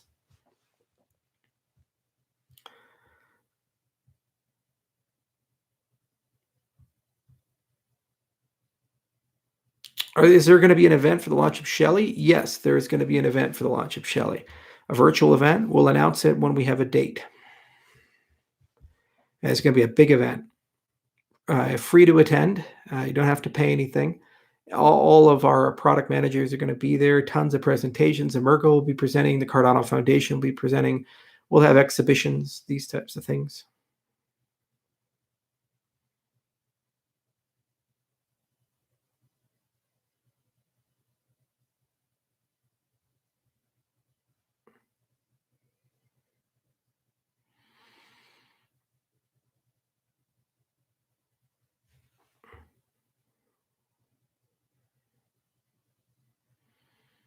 I think cryptocurrencies, Luke, are probably the only way to implement universal basic income if you want to do that. And basically what we could do is a pilot and scale it up to diaspora for refugee payments And that same mechanism could be reused for UBI. In my view, UBI only makes sense when you have a sovereign wealth fund and you're distributing profits. Otherwise, you're redistributing inflation, and you're just gonna, take from the rich to give to the poor. It never works in practice. It never works, ever.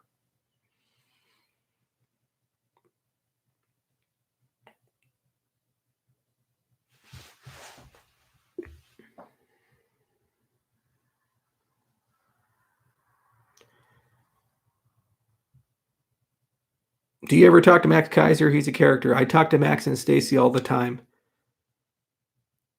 Will Tamara be at the virtual Shelley launch? Yes, she will be presenting, both for the foundation and for IOHK.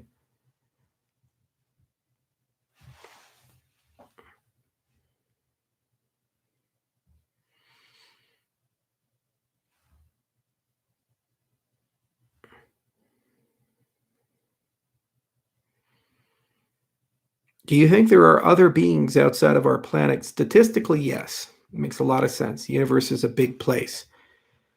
And one of these things is we just got to get faster than light travel figured out. Somehow, some way.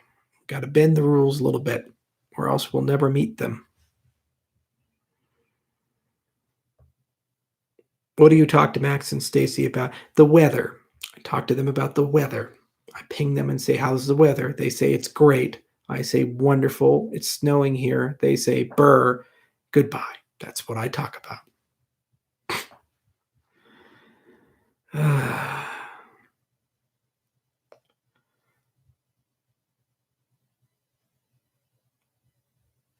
Come on, guys, give me something good here.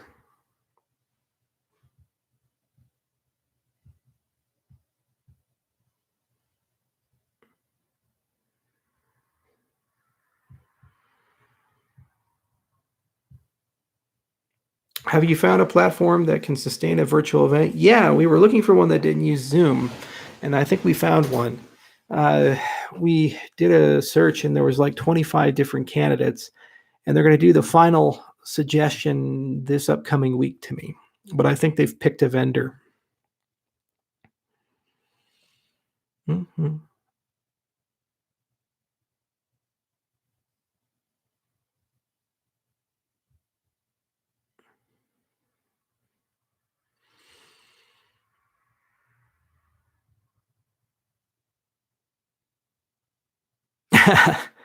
Charles, his golden ticket for the virtual launch, the crypto factory. If we're going to do Willy Wonka, who's going to be the Oompa Loompa?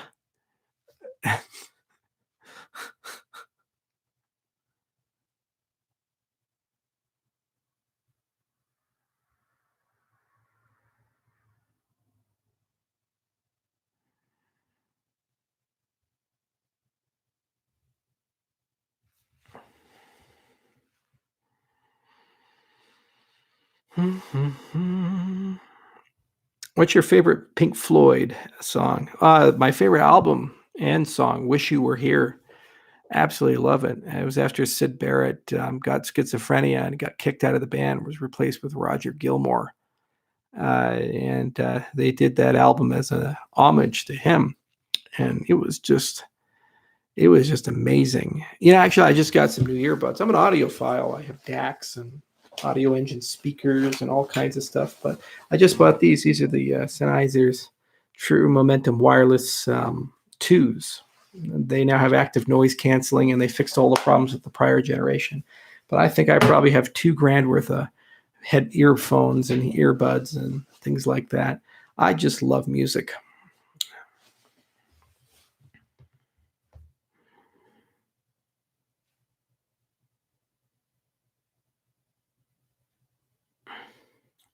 Are you planning some sort of partnership with Polka-Dot? No, we don't need to. Why?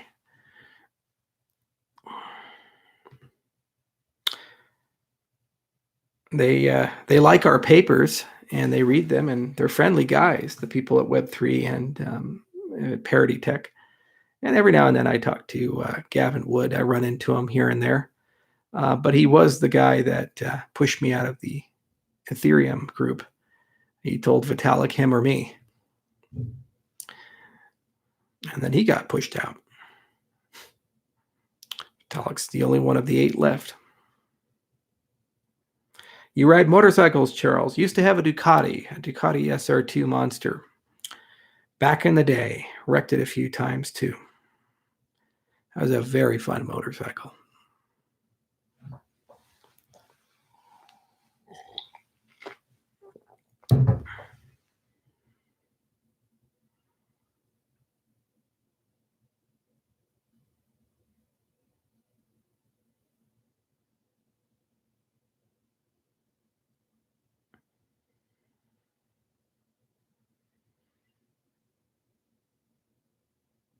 Bose sunglasses with bone conduction.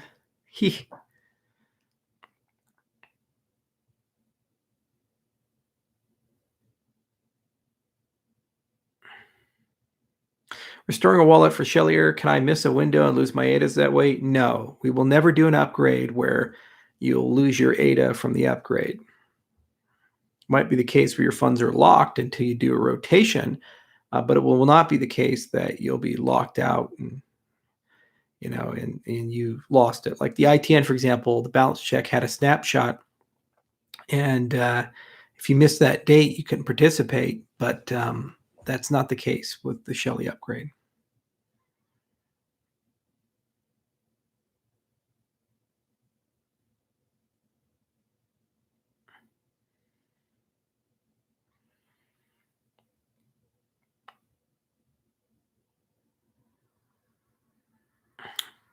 What do you think about Bill Gates being against Trump on the funding of the World Health Organization?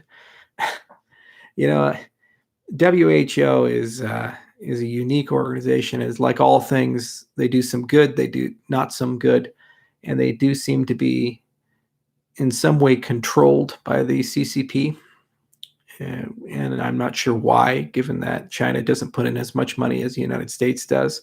And it's very clear that the WHO diminished this pandemic when it first began at the behest of China. And then they decided to praise China no matter what they did, even though it was blatantly clear that China lied about the level of dead.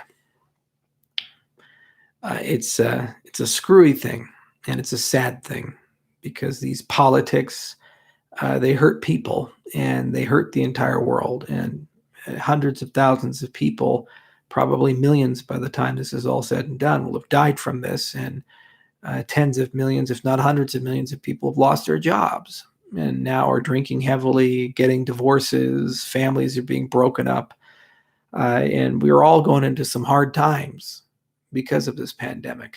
And if things were done better in the beginning, maybe we wouldn't be. That's the real cost.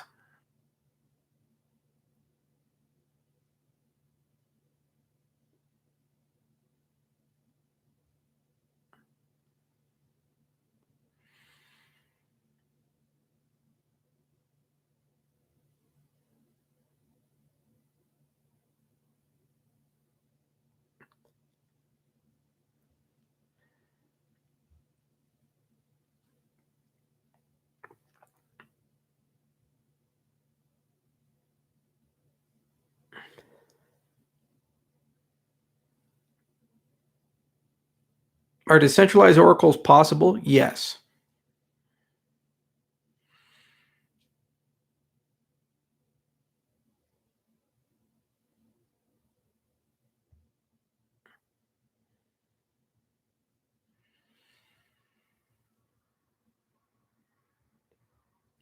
Vegan, what are you upgrading your graphics card to? You get one of those RTX 2080s? Got some real-time ray tracing going on? Huh? Yeah, riding the Green Goblin?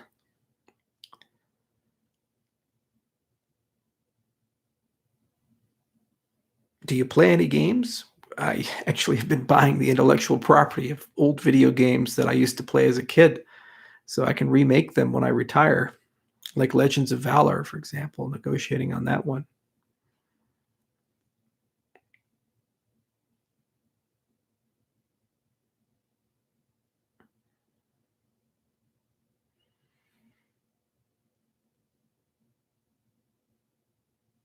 Finish the joke. Justin's son and Dan Larimer walk into a bar. Well, first off, Justin's son will announce the date that he's going to announce walking into the bar with Dan Larimer.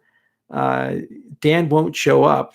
He will have gone to a different bar, and Justin will buy the bar and then announce that and have a giveaway. I think that's how the joke goes.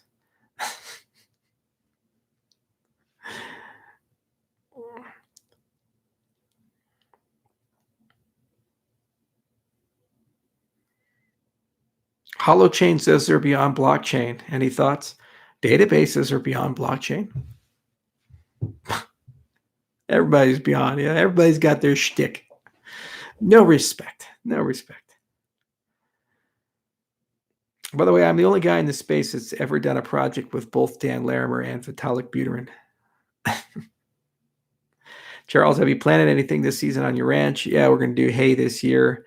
I'm also growing some jalapenos and peppers. Got some devil's tongue, a lot of herbs. I've been playing around with some grow lights and everything. Charles, do you play poker? No. Aloha, Darcy. So good to see you.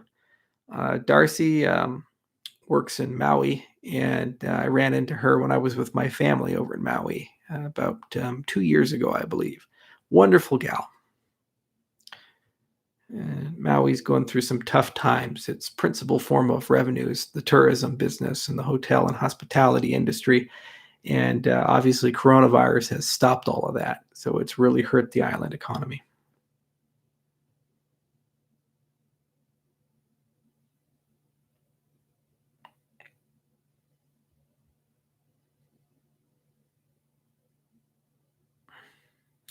Are you using an Asus Republic of Gamers? No, I'm right now talking to you guys on a Surface Studio 2. And my office computer is an Intel Nook.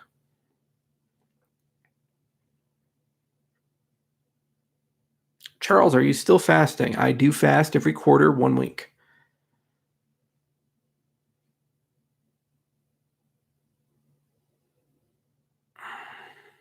Eric and Brett Weinstein talk about possible compromise of Jack's lab mice with abnormally long telomeres. What, if they have long telomeres, they live a long time? Yeah, telomerase inhibition doesn't work in cancer cells, too, by the way. Cancer cells are biologically immortal.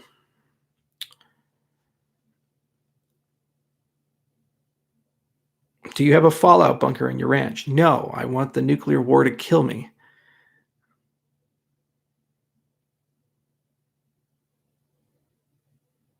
Vim or Emacs? Vim.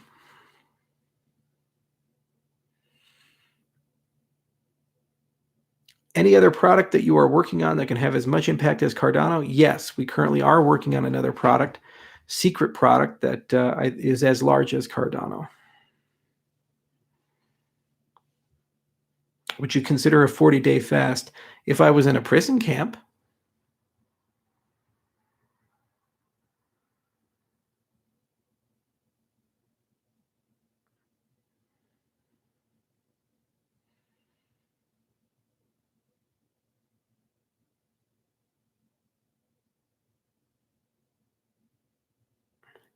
Share your personal life, Charles. Never. No, it's better as a mystery, right? You know, then you guys can speculate. Favorite game meat? Venison.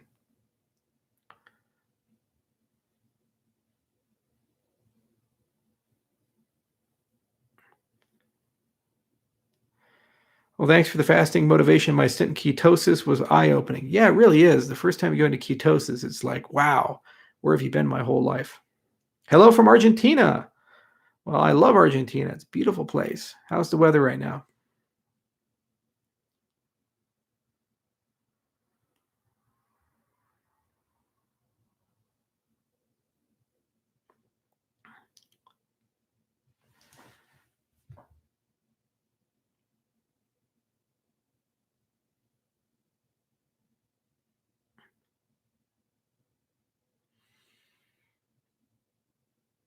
Charles, is having children important? Yes, having children is super important. The entire human race would die out if you didn't do it. And if you have the right kinds of kids, it's certainly a magical, amazing thing. Hello from Papua New Guinea. Huh, that's a little bit off the beaten path. Um, yeah, give my hello to the 4 people. Make sure they don't eat you. Get Kuru.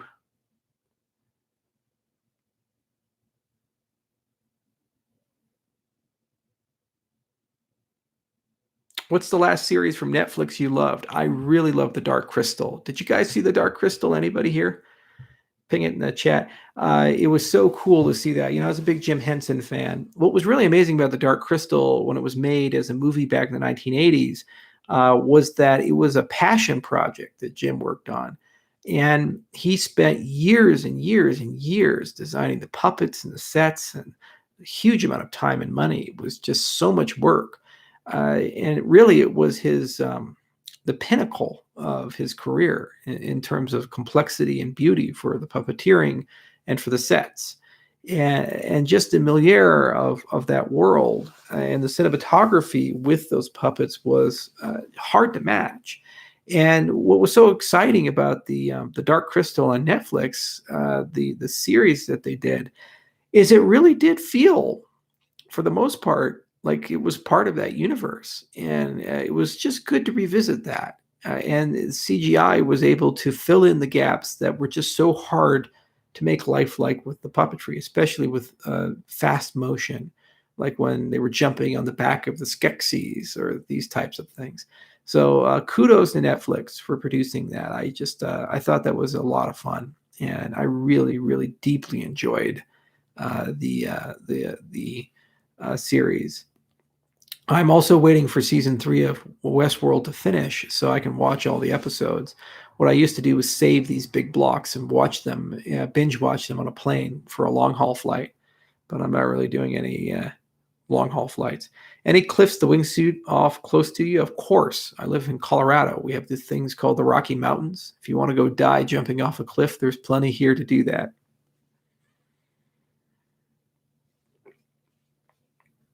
Have you ever read any Max Tegmark or Nassim Taleb? Yeah, Tegmark with Intelligence 3.0 and Nassim Taleb, like The Bed of Procrustes and Anti-Fragile and The Black Swan. Yeah, I've read all their work.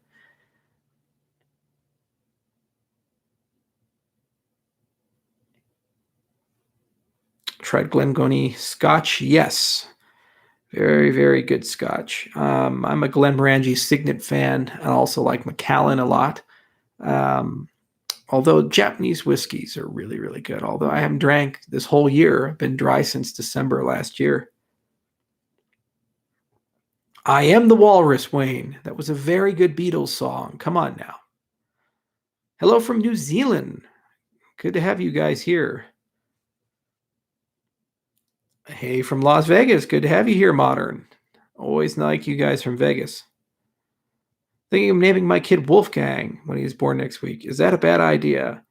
Okay, well, you got a nickname? They're going to call him Wolf? They're going to call him Gangy? Wolfie? Like, what is his nickname? People, or is he just going to go straight up Wolfgang and just have the white hair and everything? Charles, any plans to visit in the Philippines? I have a lot of family and friends in Mindanao. They speak Visayan. And every time I go to the Philippines, I always end up, for some damn reason, going to Manila. God, I hate Manila. It's overpopulated, bad infrastructure. Hello from Tokyo. Konnichiwa.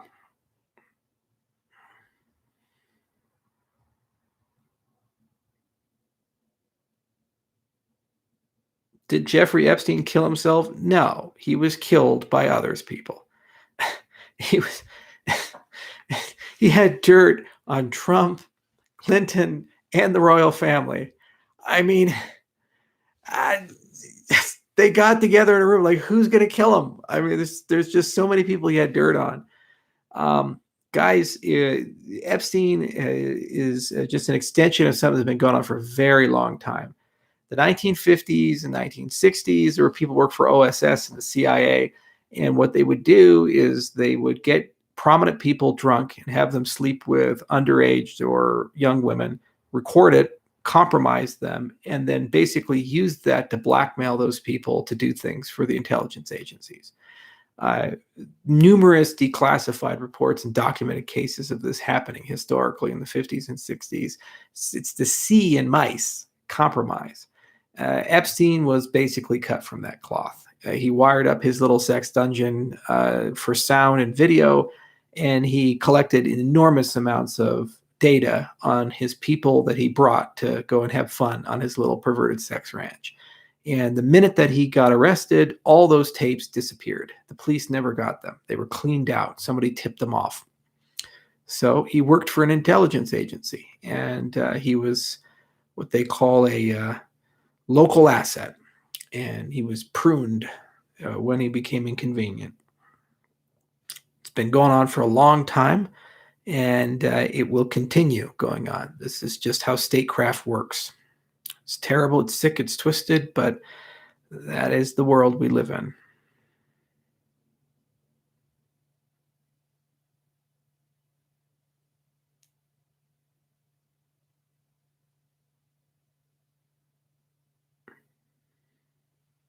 Quebec, Canada. Ugh.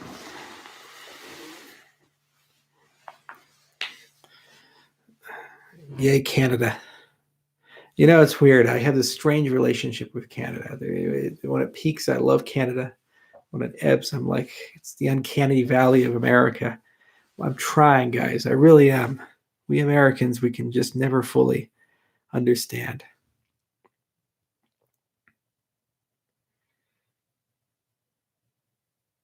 Yes, the horses. I have two horses, Misty and Jameson. Misty's the white one, Jameson's the tan one.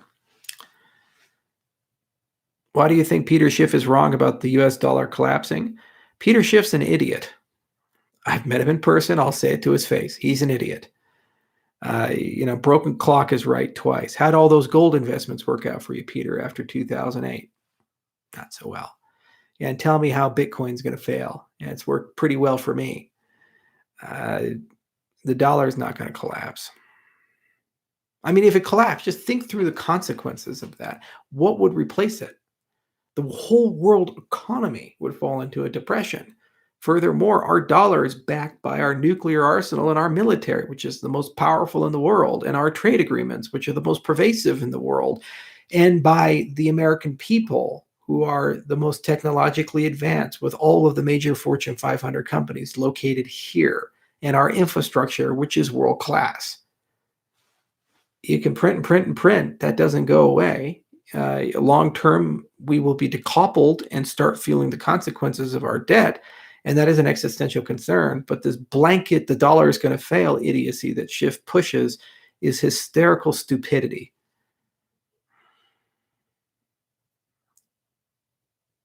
Do you like the fish? What's your best fish story?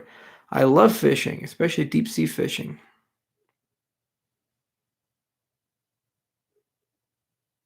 When will exchanges be able to stake? We are going to, when we do the balance check, we're going to release all the libraries for Shelley, and that'll include all the staking mechanics. And we have started conversations with Bison Trails, which is a company that specializes in staking as a service for exchanges. So when we launch Shelley, staking will be available for exchanges as well on behalf of their customers.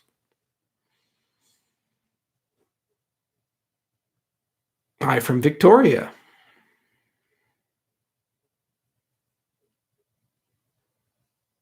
Hi, Charles from India. Whereabouts in India? Big place. Can't euro take dollar's place? No, because the euro is not any more attractive. They have just as bad of a balance sheet, and Italy may leave the European Union after all of this is said and done, or France for that matter. Not solid. You got goats too? Yes, I have two mini goats, Reno and Vegas. They're great goats. Tell the super hot sauce story again. The devil's penis story. No, guys, you have to go back into the archives for that one. Charles from Pakistan. Gilgit is beautiful. One of the prettiest places in the world.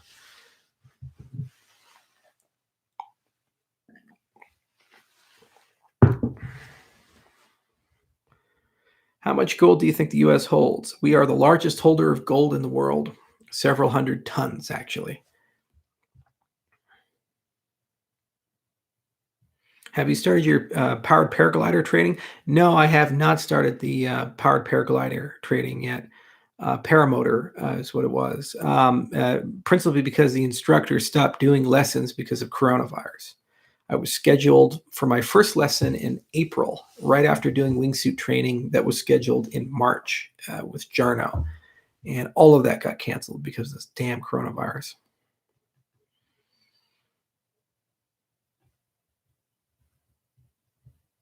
Can you talk about the paintings behind you? Yeah, that's a Waterhouse painting, and that's Gustav Klimt, and that's a Jean-Léon Gérôme, Plicio Verso.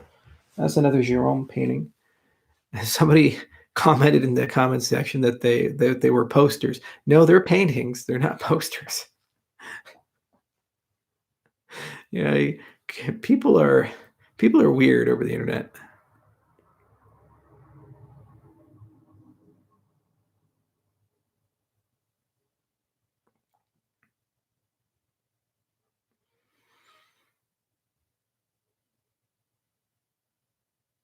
Thinking of moving to Denver from San Diego. I would not move to Denver. Live somewhere else in Colorado. Colorado's a beautiful state, but I don't really like Denver that much. I went to Metro State years ago, and I lived down in Denver, right off of Cap Hill, around 13th and Pearl, next to the Capitol, and it was not the most delightful of places. Although I'm a farmer, so take that with a grain of salt.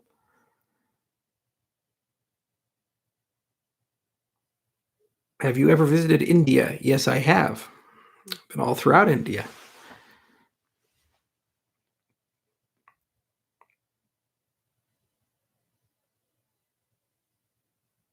How did it go with the stand-up blowjob comment with your media guy?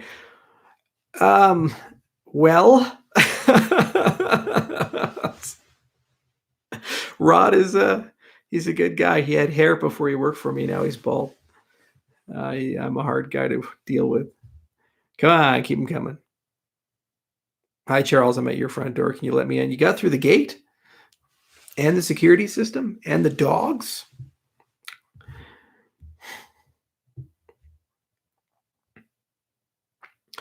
Where haven't you gone yet that you wanted to go visit? I was going to go to Antarctica this year, the only continent I have not been to. And unfortunately, I did not have a chance to go because of Corona.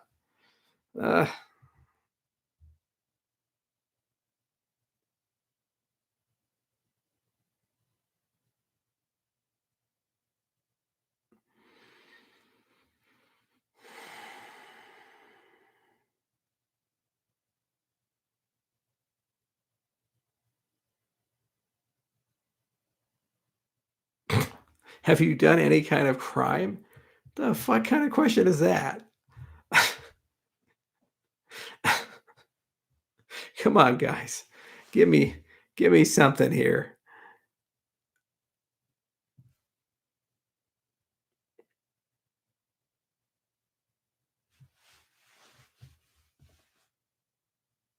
The Hoff and the Hosk.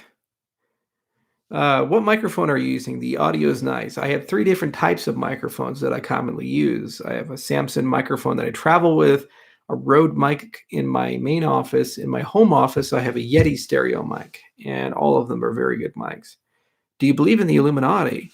No, not at all. No, I don't believe in the Illuminati. They don't exist. Please explain Daedalus Flight.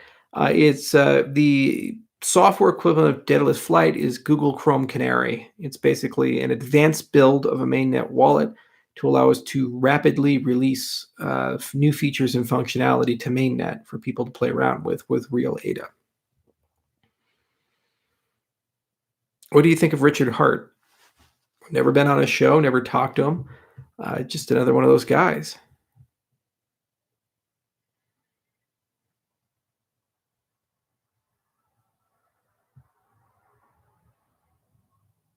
Sig Sauer or CZ?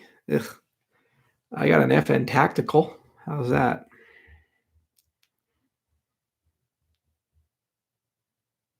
What do you believe about Tower 7? Are we going to still do 9/11 stuff? It's a terrible tragedy. We just got to move on. Please explain the news about Bitcoin going proof of stake. It's not going proof of stake. Whoever told you that is an idiot. PlayStation 5 or Xbox Series X? Xbox all the way.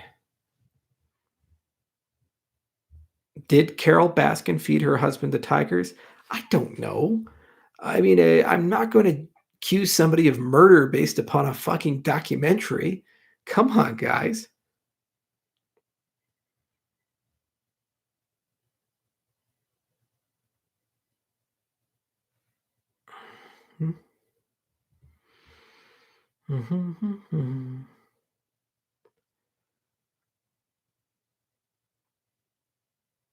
Speed of light, not static. Speed of light is constant.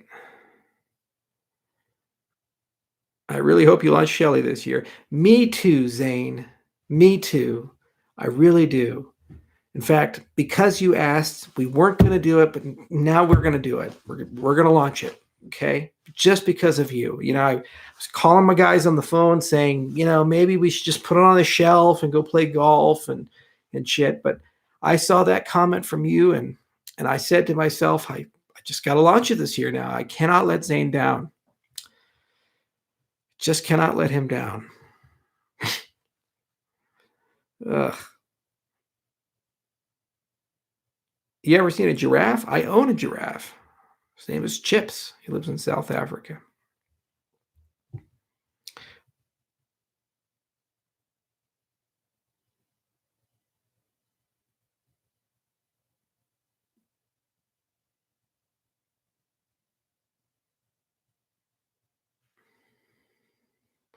Charles, have you ever been to Satoshi Roundtable? Yes. In fact, I went this year to the one in Mexico. I was in Cancun. And boy, that was a lot of fun. I really enjoyed it. I hung out with William Shatner. I had dinner with him. And I said, Bill, you got to be careful about this industry. It's got a lot of fair weather people that tend to cling on to you. And you just got to watch out. And he looked at me and without skipping a beat, he said, Charles, I hate Klingons. Man, that was a once in a lifetime experience. And he's in his 80s too. He's not a young guy.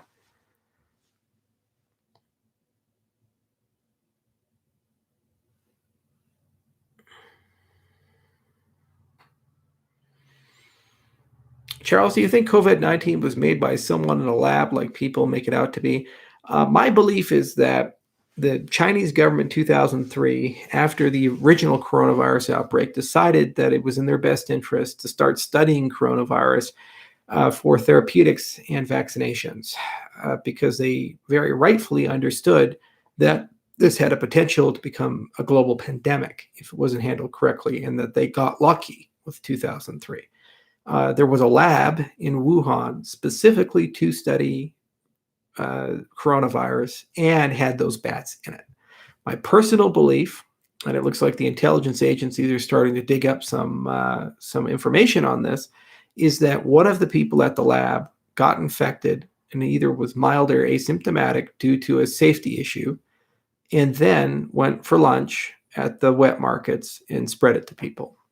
This would explain the cover-up. It would explain the local government pretending things weren't bad and why there was just no transparency at all about things. Because basically they didn't want to admit these things. And the reality is, because this 184 countries have this, there will be investigations. They will be very aggressive, and the world is not going to take a forget it and move on attitude. This is a big deal, and there is going to be a lot of answering and a lot of questions, and nothing will be swept under the rug. So in the coming months, we'll know a lot more, but that's my belief, because the particular bat, the horseshoe bat, was not sold in that market. And the facts and circumstances of a lab being so close to the ground zero of it that happened to have it there is just too convenient. So I really do suspect that that's what occurred. That lab had whistleblower complaints about safety, and there were numerous memos about people not following all the protocols and procedures, and it literally had the disease in it that impacts all of us. And given how fast China was able to sequence the genome, much more likely that they had already done so because they were studying it prior to the event. But that's my personal opinion, and investigations are going to reveal what really happened. And by the way, that's not a big conspiracy, and that doesn't mean that this was a planned event. Accidents happen, and it doesn't really have to be complex. It just is what it is, and you grow from it, and you learn from it, and you just make sure these things never happen again. It's one of the reasons why the U.S. government and the Russian government were super careful with smallpox. There are only a few labs in the world that contain smallpox, and the labs are very, very careful about how they study it, use it, and work with it, because they were super worried about things like this happening. And unfortunately, not everybody has those same policies and procedures for these terrible diseases.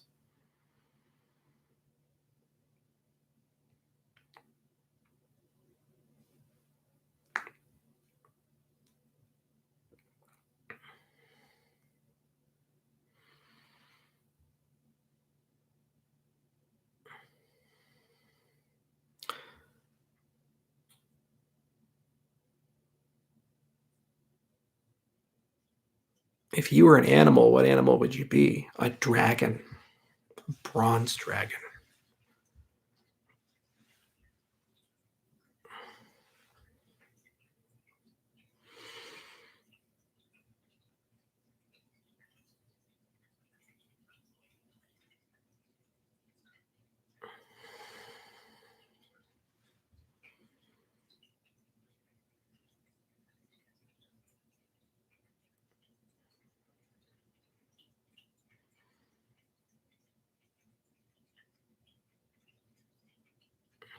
Thank you, Ding Dong Dingles. Very nice of you to say that.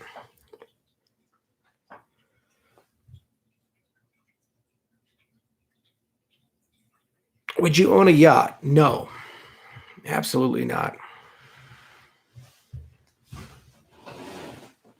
What do you think of the protests in America right now? I think they're very reasonable protests. I think the media is disgusting and deplorable, and I'm really tired of this quarantine. And I'm tired of this argument that if we open the country, everybody's going to die.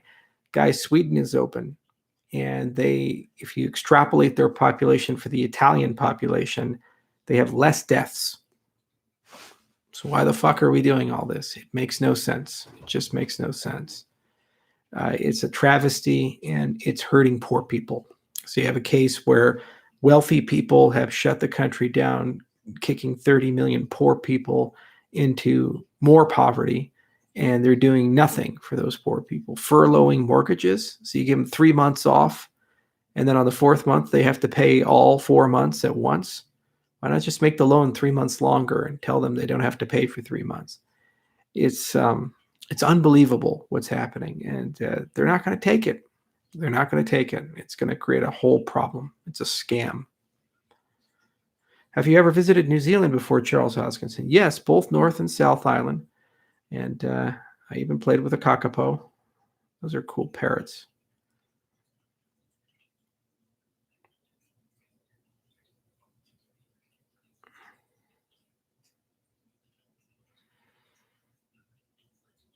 So this Justin Fujimoto guy, he somehow has extracted a few personal details about me, and he loves just dropping them in the chat, like, how's the weather on County Line? Okay. Should I find out where you live? Go ask you about it? Come on, man. Stop being a creepy stalker. Sound like a closet Trump supporter. No, I'm not a closet Trump supporter. I'm just an American who doesn't want my country to be burned to the fucking ground out of paranoia and hysteria. And I'm really tired of a media systematically propagandizing and lying to us. It has nothing to do with politics. It has everything to do with just basic decency and common sense. 3% of the Netherlands has been infected with COVID. They're not done. Sweden is still open. They didn't shut their country down, and there's suddenly no mass epidemic killing millions of people. We've been lied to repeatedly over and over and over and over again about this stuff, And it's gotten to a point where the Time magazine is writing articles saying that if you get coronavirus, there's no evidence that you're resistant to it. It's insanity. It's absolute insanity.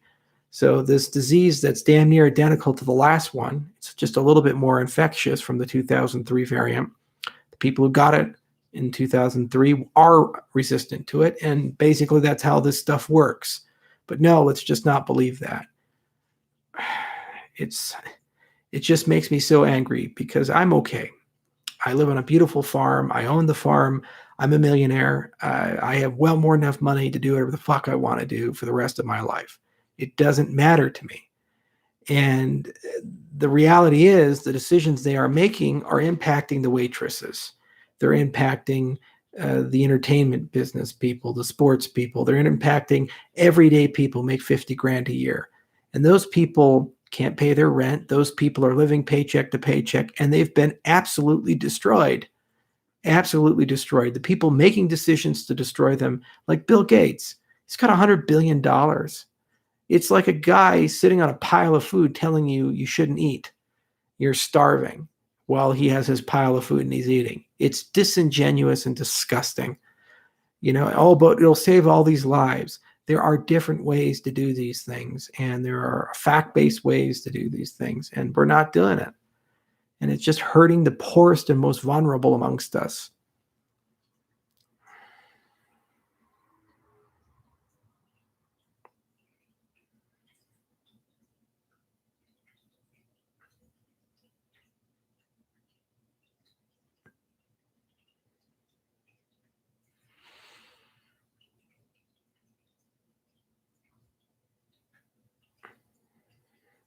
Charles, what do you think about Craig Wright and Bitcoin's shit version using the Ouroboros dragon eating its own tail as their logo? Did they do that? I'm successful, by the way, guys, if Craig Wright claims to be the real Charles Hoskinson. I don't get that whole ecosystem. I really don't. I don't understand Bitcoin SV. I don't. For the Lord of me, cannot understand it. It's a copy of a copy. Oh, Lord Almighty. You have this dude who says, I'm giving everything away for free. I'm releasing my software under an MIT license. It's a gift to the world. And then you have this dude claiming to be that dude, saying everything is mine. I control it. I'm going to patent everything, and I'm going to tell you who's allowed to use it and who's not allowed to use it. And it's my vision. And then you have a group of people who are like, that's obviously the original dude. It's like so far divorced from reality. And then there's these strange, weird people like Calvin and others that are in that ecosystem. And it's just like, why would you want to be part of this? At first, there's no innovation. There's really none. Nothing that they do there in any way makes any sense to me. Second, they seem to just claim that they can just do all this stuff. It's like, oh, we'll just make the block size infinitely large, and then you'll scale, and we can propagate blocks that are a gigabyte in size. And I'm like, no, the laws of physics don't work that way. Computer science doesn't work that way. But now they just say it. They just say it, and people believe them. And it's like, okay. It's just a great example of what happens when you have fringes and people get caught up in things and they get so deeply invested in it. Like I remember watching videos of the OneCoin group and these people going to these OneCoin seminars, and BitConnect as well, and going to these seminars and just like they're glass-eyed and, oh, wow, yeah, we're part of this. Oh, it's amazing. And he just has basic questions, and they just could not answer them. But when you show them facts, they would just be like, no, you're evil. You're the enemy. I get it. I don't tend to interact too much with the SV community, although they tend to take me on Twitter every now and then. But I'm sorry, the whole point of these systems is that they're decentralized, which means that even if they have founders, the founders are irrelevant in the grand scheme of things. The point of patents is to permanently connect, or at least temporarily connect your system to a founder and prevent you from decentralizing. It's the antithesis of everything these systems stand for. That alone is disqualification. But then you add in the personality, you add in deeply offensive statements like going to Rwanda and saying you have more money than the country. It's just senseless. It's absolutely senseless and disgusting. And as long as our space has that and that's legitimized, I think it just creates a environment where people just turn off. So if they took the Ouroboros dragon eating its own tail for their logo, good for them. Good for them. Let them do their thing. Ugh.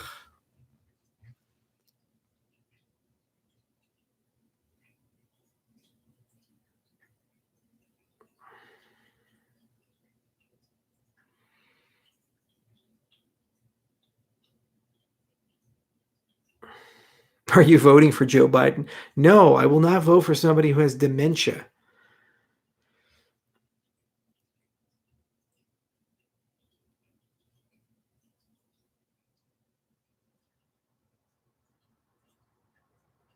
Did you know from the beginning that BitConnect was a scam or not? Yes, it was blatantly obvious that it was a scam. The economics were fucked up. You just ask basic questions and then people would give you the standard Ponzi scheme confidence game answer. The same for OneCoin. They're scams. They were obviously scams. I called it a scam on Twitter and everywhere else. And there are certain people in the cryptocurrency space who are just not willing to do that for some reason, or they were allowing, like I talked to exchange people who would have dinner with like an exchange CEO and say, why the fuck did you list this token? And they say, well, we know it's a scam, but we like making the trading money. I say, do you have any ethics at all? Yeah, of course we knew it was a scam. And we warned people about it. I even went on Bloomberg and warned people about it. And that and the ICO mania. There's a video about me on Bloomberg where I call them all ticking time bomb.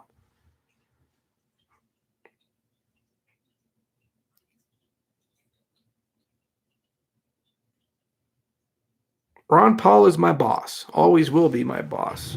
Right here. Got it. Always have this handy. Got this when I worked on the campaign. And what does that say right there? Ron Paul 2008. And I've only ever had one real boss, and it was Ron Paul, and always will be. And I loved working on that campaign. Charles, what's the hash on your Twitter handle mean? Dead man switch.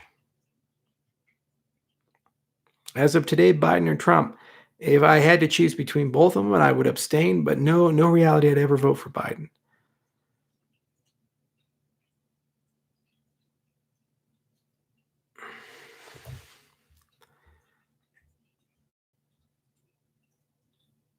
Charles, how much do you sleep on average? About 7 hours.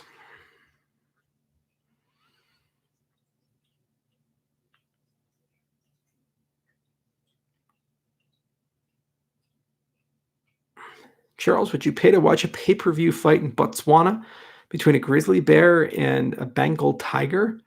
Oh, God, no. That's animal abuse. Why would you do that? Charles, have you ever been to Istanbul? Yes. The Byzantine Empire was one of my favorite. Lasted 1,000 years.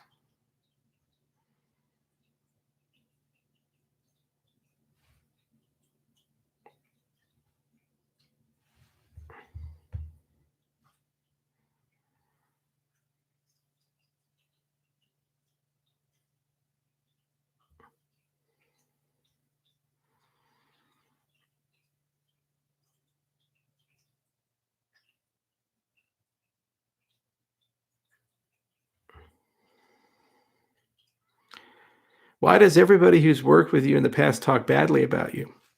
Did the Zencash guys talk badly about me? Did the Polymath guys talk badly about me? List guys ever say anything bad about me? The hundreds of people who work with me at IOHK, any of them say anything bad about me? I have a strong personality, and I'm very aggressive when I point out people's mistakes that they made, especially when they had fiduciary moral obligations and they didn't live up to them. So yeah, if people like me, they don't like me, okay. I'm happy with my life, and I have lots of friends, good family, not alienated from any of them. I think you've been spending too much time on Reddit and Twitter. That's not real life. Real life is here. Real life, you study about hydroponics. Actually, you guys are going to like this one. So this is a breathing tool. Let me show you this. This is real life. So this is the Breather Fit. It's a company that's been around since the 80s, and they sell devices that actually allow you to strengthen your diaphragm and increase your lung capacity. I proactively bought it in case I caught corona and my lungs got gnarly. But basically, you can use this, and it helps you with training for high altitude. It helps you with running. It's got two valves on it, one on the left and one on the right. The left is the intake. The right is the for exhaling. And then there's difficulty settings from 1 to 5. The fit version's meant for athletes. The regular version's meant for old people. But that's life. These things. These are the things that matter because they allow you to live well and healthy and happy. The internet's not life. And what do they criticize about? Like, where have I screwed people? They say I leave every project. It's like I've been working constantly at Cardinal for 5 years straight. Only Vitalik and I have been on our projects respectively that long. Everybody else has left. In the case of Dan Larimer, 3 times. It's just not reality.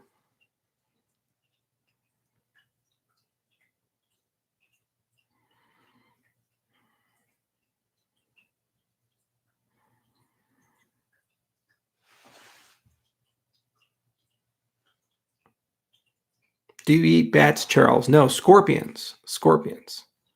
Scorpions are delicious.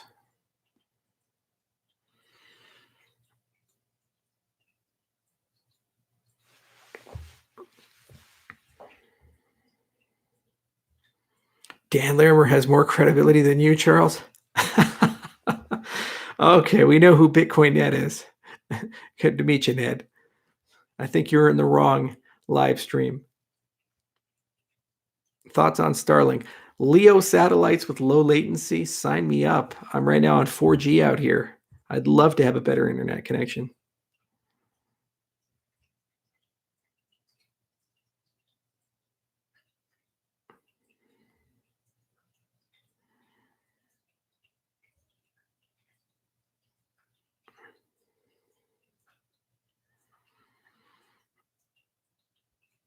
Do you think Molten Tar Monster 3 hates and talks smack about you because you failed to give him an interview on his YouTube channel?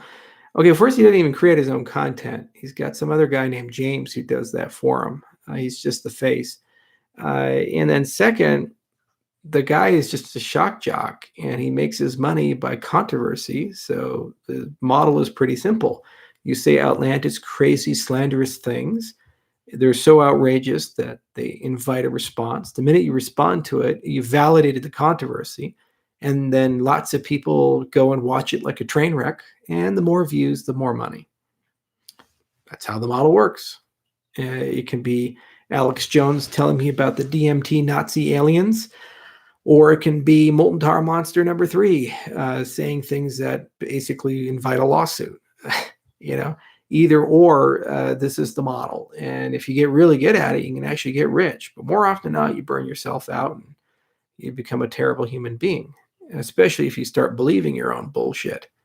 I mean, honestly, he's taken a position that I'm a pathological liar who's scamming people and is conducting an exit scam and is going to run away.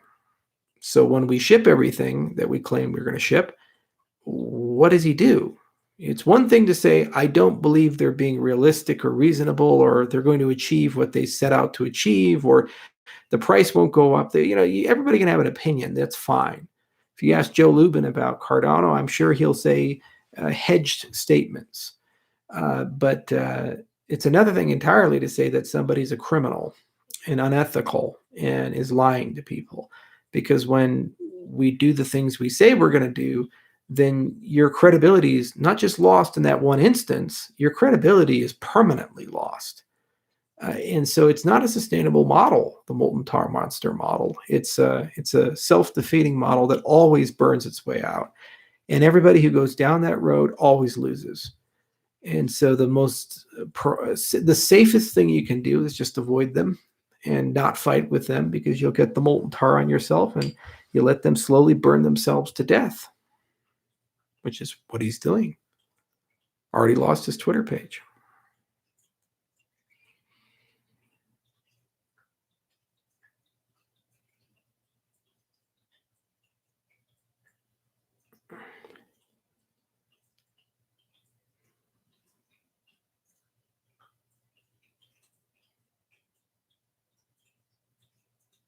Charles, what's your favorite cut of beef? Ooh, that's a good question.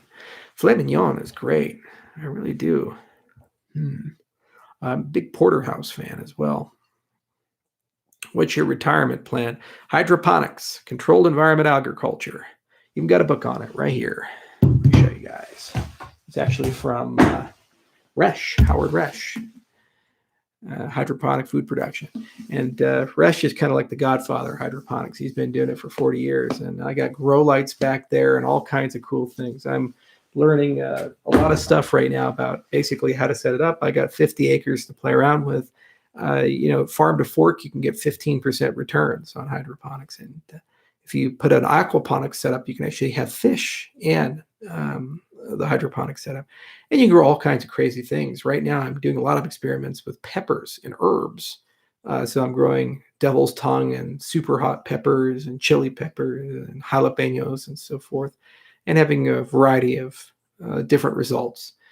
So it's going to take some time, but it's something that I can do for the next 30, 40 years with no problem, and just keep scaling and scaling and scaling to eventually a multi-million-dollar operation and provide most of the farm to fork for Boulder, and make quite a bit of money on it.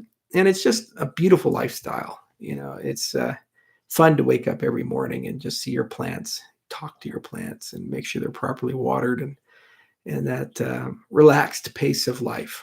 There's something magical about it.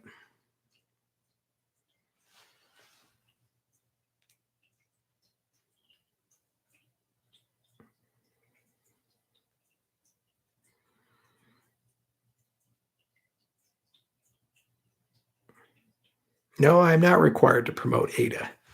I would never sign a contract that ever made me required. In fact, technically, I could never even talk about it. I do these AMAs because I want to, and I love our community, and I love having that relationship. I'm just obligated to deliver a product, but not talk about it.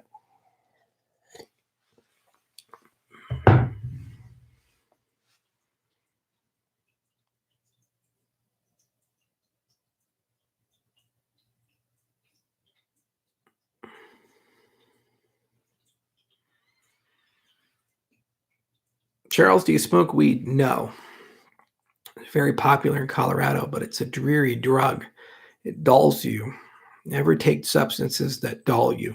Take substances that enhance you. Greetings from Norway. I love Norway. I'm quarter Norwegian, quarter Italian, quarter Norwegian.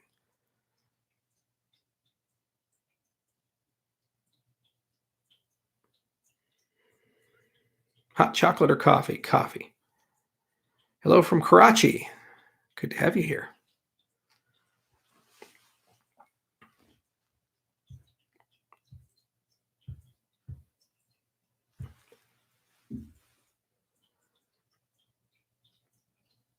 Murray Baker's aquaponics. I will definitely do that. Yes, I do take nootropics.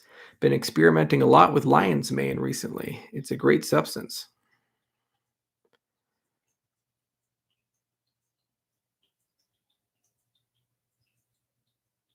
Charles, what book would you recommend for learning cryptography? I just so happen to have that book right here. Let me show you guys this book.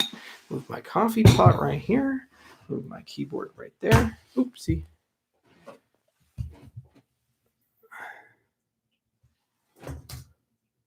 All right. Sorry. Locked myself out of my own computer. It's right here. Modern Cryptography from John Katz. Yeah. And Yehuda Liddell. Katz is a great guy. I meet him all the time on the cryptography circuit, but this is the Bible. It is literally the best book ever written on cryptography. Introduction to Modern Cryptography. If you read this book and you understand this book, you know cryptography. You know what you're talking about. It is a very, very, very, very good book. Highly recommend it.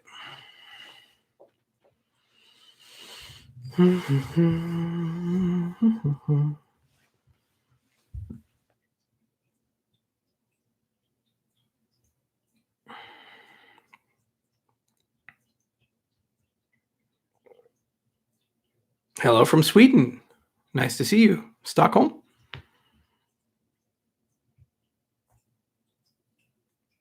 Charles, could Chainlink easily move their ERC20 token into Cardano if they wanted to? Sure, why not? Again, you keep saying, will you sign my Lambo? What's the make and model? Do you know? You don't actually have a Lamborghini, do you? What is your favorite country, Charles? United States of America.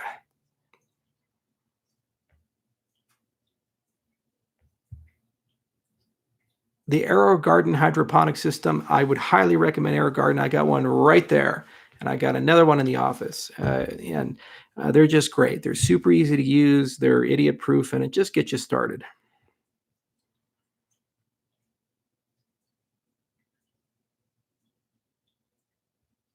What is my favorite number? 5. It's a beautiful prime number.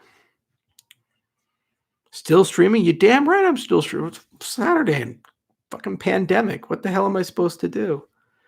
You know? I can't really do much right now. There's only so much you can read, only so much you can watch. Charles, what do you think of the carnivore diet? So that's a crazy one. I know Jordan Peterson's on it, and Joe Rogan occasionally talks about it, but you kind of need things like fiber. But apparently they say you don't need fiber. I don't know, man. That one's too far for me. No, I'm not a Freemason, never been a Freemason. Charles, who was the greatest U.S. president? Oh, they all had their ups and downs. Except for Andrew Johnson. He was a monster. Why did you refuse to take your ETH tokens when you're booted out by Ethereum by the other founders? There was another person who I felt was treated even more unfairly than me. And at the time, Ethereum hadn't launched. It wasn't worth anything. And he nearly got a divorce over the whole situation. So I decided just to give my tokens to him. But I was really done with the whole thing. And I was actually prepared to leave the cryptocurrency space. And some people talked me back into it.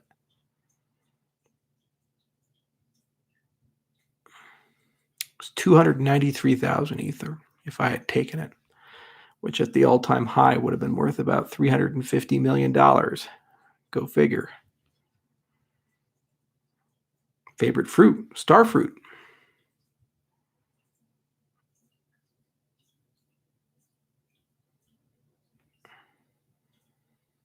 Yeah, you can say that again, Daniel. Yeah, you win some, you lose some.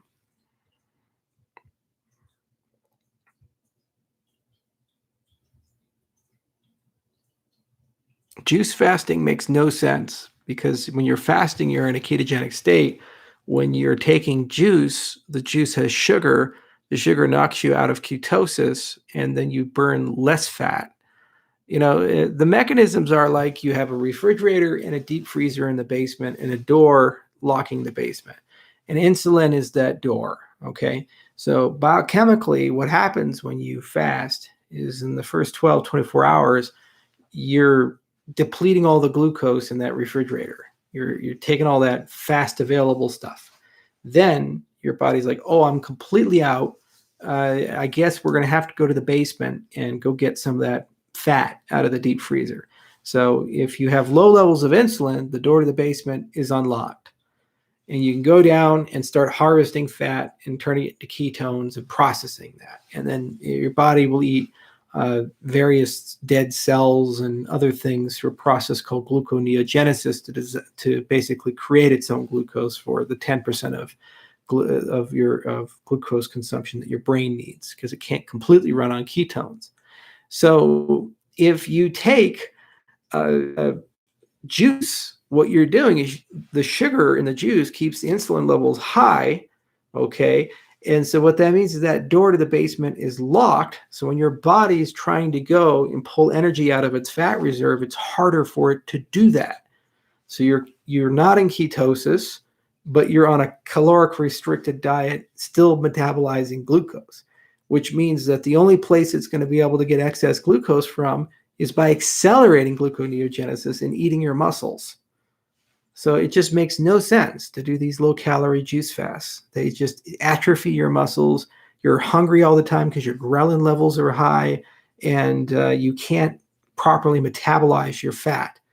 So this is why people on a juice diet are always hungry. And when people who haven't eaten any food at all after 3 or 4 days aren't hungry and are functional and have energy because their ghrelin levels are low and the body's metabolizing fat. Every pound of fat has 3,600 calories in it. 3,600 calories. So you basically, like, you're not even consuming a pound a day when you're fasting. So it makes no sense at all to do a juice fast. I just don't understand. Oh, it'll detox and blah, blah, blah. I've never been a fan of it. It's crack science. It makes no sense. Crank science.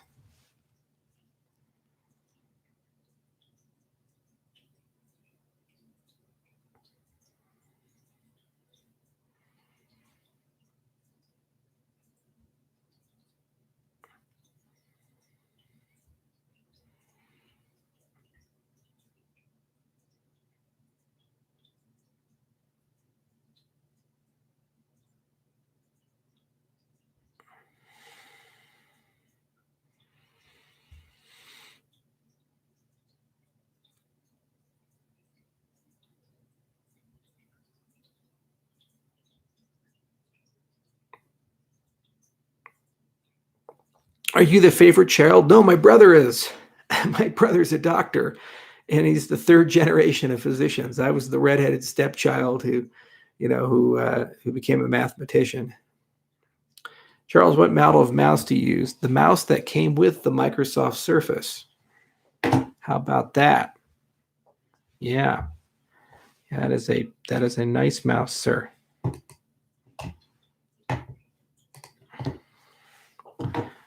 Do you love anyone? Well, we all got somebody to love. Charles, is it healthy to be a vegan? That's probably the most controversial question of the night. There's a holy war between the paleo people and the vegan people, and then the keto people and the vegetarian people. Metabolism is very complex.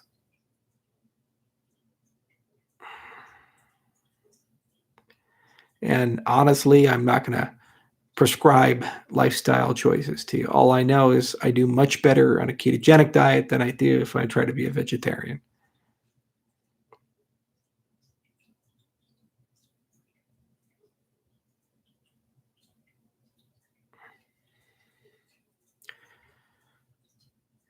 Do you like hiking? Yes. And long walks on the beach. What are your plans for Atala, Charles? Right now, we collapsed the Atala team into Prism to accelerate our identity solution for Cardinal.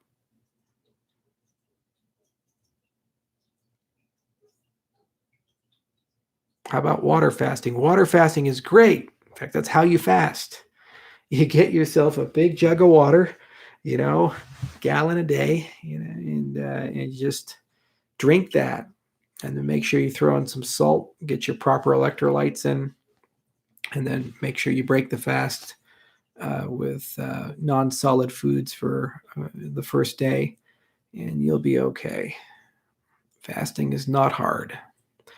Any books or sites on fasting you suggest? Dr. Fung, F-U-N-G. He's a nephrologist, and he's very competent with fasting. He did it for his diabetes patients. And if you're a diabetes patient and you have to see a nephrologist, you're pretty late in the game, and you're not doing so well.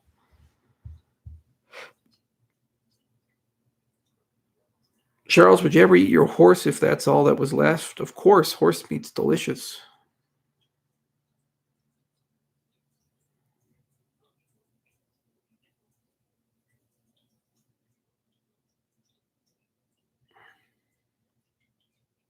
Hello from Vienna.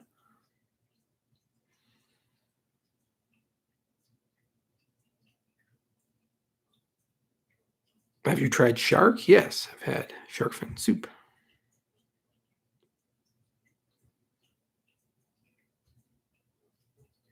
Had that in Korea.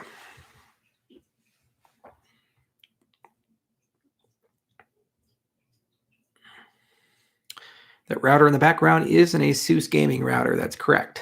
It's a great router. Highly recommend it.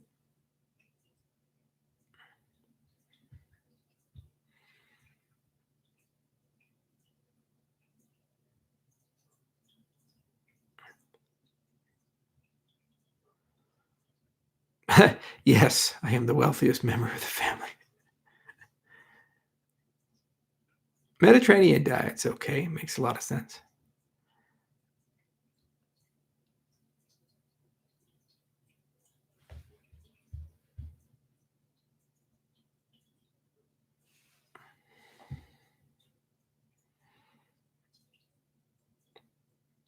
Think you can find Cicada 3301? Who's to say I wasn't part of Cicada 3301? Hmm? Huh? How you guys ever think of that? Huh? Huh?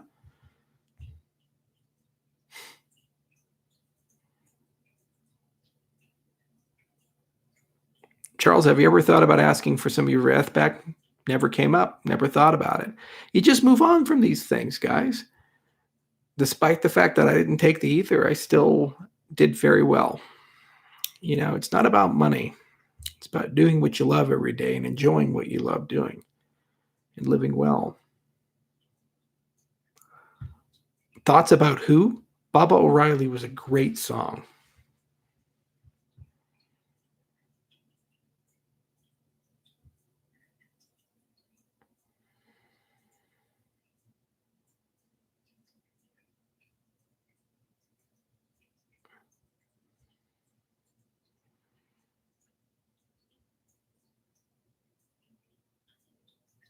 How much are the freaking masks worth? More than $1, less than $1 million.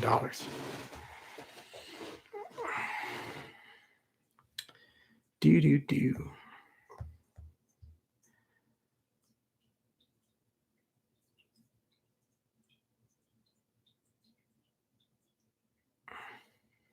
Do you like lobster? Yeah, I do. Lobster is very nice. Boxers or briefs? Boxer briefs.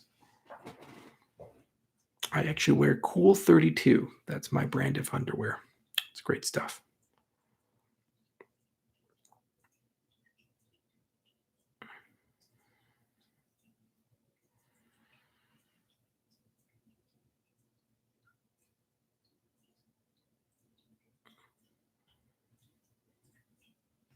Did you like the movie Interstellar? I really did. I'm a Hans Zimmer fan, and I like Christian Nolan. Lisa Nolan, by the way, is the lead writer for Westworld. It's a very talented family. Rush? Well, yeah, man. Neil Peart's, man. Fucking Tom Sawyer, man. Game over, man.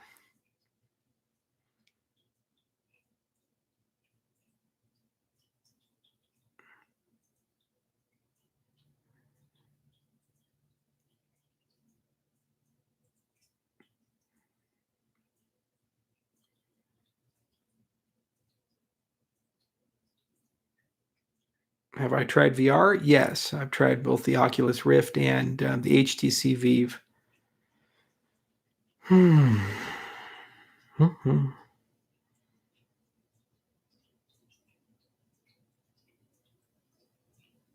So, which Simpsons is the favorite season 3 through 9? Oh man, they were all so good. God, which one? Which one would be amazing? I mean, Homer Goes to Space was a really good episode, especially when Kent Brockman, basically betrayed the human race for his ant overlords. And I love how they had the graphic available. That was just absolutely amazing. Itchy and Scratchy Land was a great episode as well. There were just so many really creative episodes. But here's a really cool one. You know who the lead writer was for seasons 3 to 9? It was Conan O'Brien. How about that? But you didn't know that.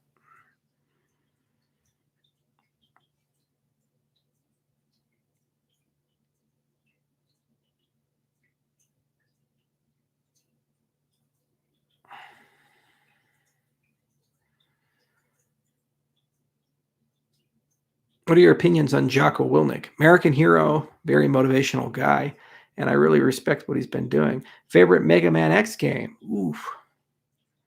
Yeah, X2 was pretty good. Mega Man X2 was pretty good. I played X1 through 3, and they were all great games. I really liked X2. You could reconstruct Zero. Yeah, it was really cool. And you can get his lightsaber. That's really hard to do.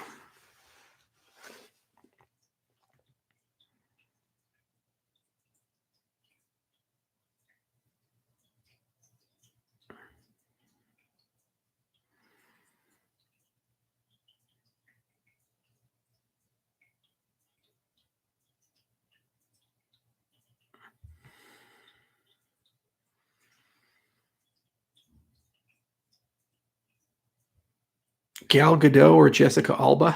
I dated a gal who looked exactly like Gal Gadot. She was in the IDF. Gal Gadot all the way. That's that one's easy. Israelis are a unique breed.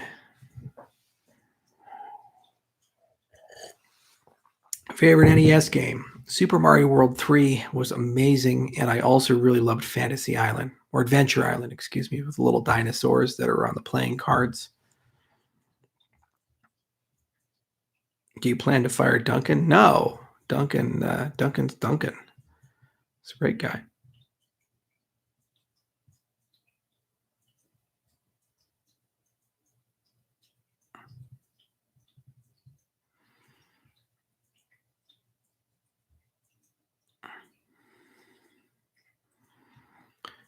Do you have custom parts in your Glocks? Well, I do have red dot sights and compensators and things like that. You know, Glocks are nice guns.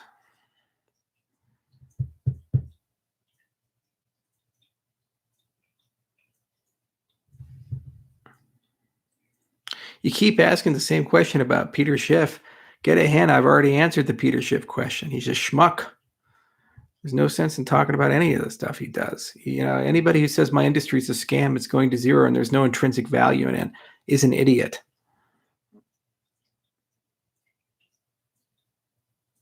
What do you think about Binance's Bitcoin? Their smart contract chain. I just got the white paper for it. I haven't read it yet. No comment yet, but I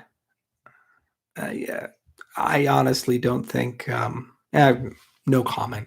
We'll read the paper.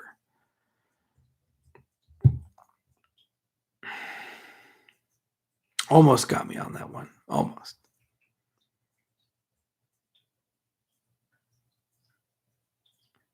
Does Duncan ever bring in donuts? No. Duncan is a vegetarian. Although I think you're allowed to eat donuts as a vegetarian.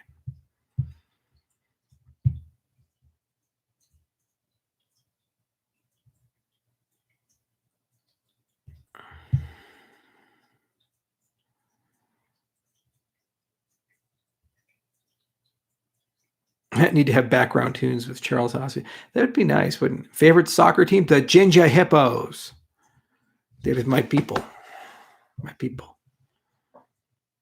I don't have a partnership with the Uzbek government. Do not conflate or confuse Emergo for IOHK. They do their stuff. We do our stuff. We're friendly, and I do like Kadama and the rest of the crew, but we are different companies. Favorite whiskey? Hibiki.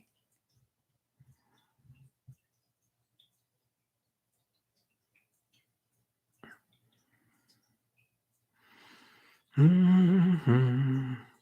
What updated role is Polymath taking with the relationship with Cardinal? Polymath never had a relationship with Cardinal. They had a Charles Hoskinson relationship. I was a consultant. I signed a contract. I fulfilled the entire contract, gave them a lot of advice, and it looks like they're going to go and build some solution with Parity Substrate, and I wish them well.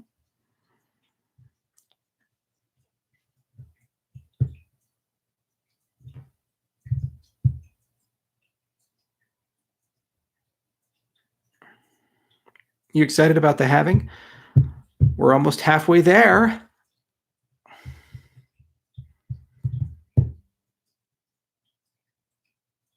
There's no mysterious employers, crypto fan. The employers are you guys. We're going to ask for using the treasury mechanism, and the contract for that will be public. The deliveries will be public, and you guys will decide. ADA holders will decide.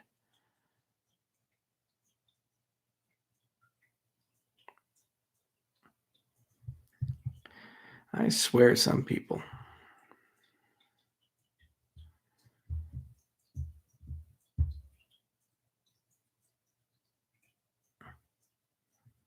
I do not have cattle. I'm going to get Highland cattle, though. We've been looking at it. Do you like Angelina Jolie? What are your hackers, Angelina Jolie? Pre-Brad Pitt, Angelina Jolie? Brangelina, Angelina Jolie? Crazy alcoholic post, Brangelina, Angelina Jolie? Pre-child, Angelina Jolie? There's a lot of Angelina Jolies there, sir. You have Highlanders? Oh, holy shit. You like them? Can you shave them? Do you shave them once they're shorn during the summertime?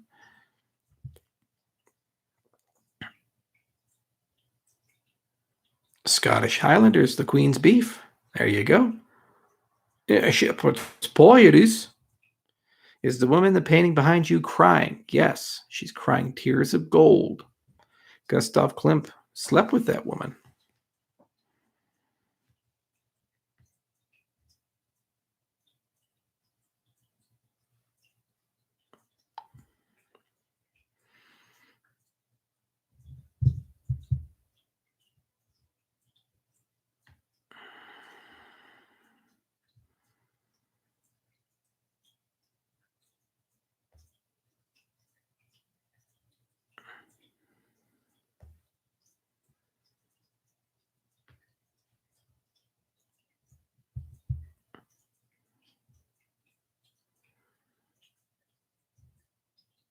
Have you ever tried scuba diving? Yes. Human readable addresses. Once Beck 32 and DIDs are out, super easy to do. And we'll definitely build something for that. Very easy to do.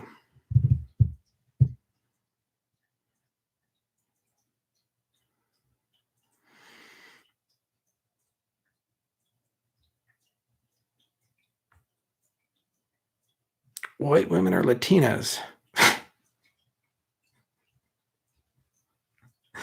You guys crack me up.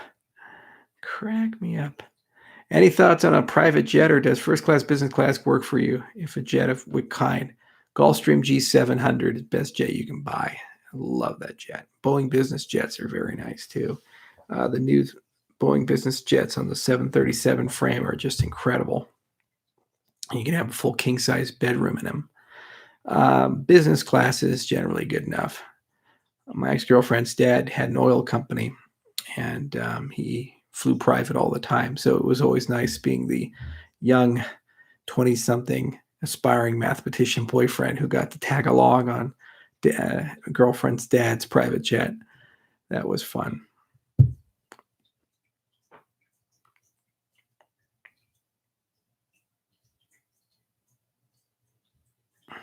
Mile High Club. Well, it's very easy to do that when you fly private. That's the one place where you can get away with that.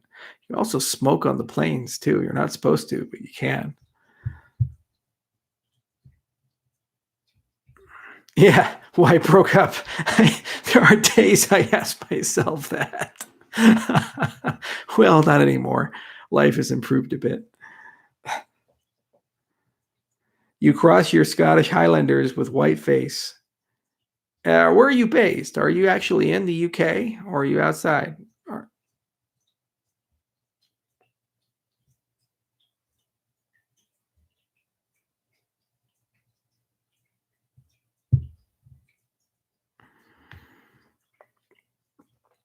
Gas car or electric car? I have all gas cars, Cadillacs, great cars, and I have some trucks.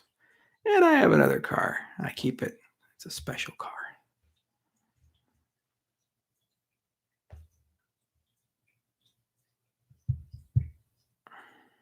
Have you ever defecated in dirt?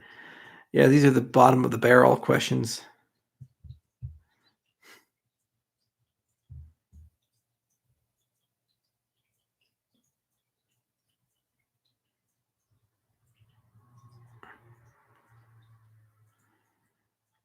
The Lambo car. Yeah, the Huracan. LP 610.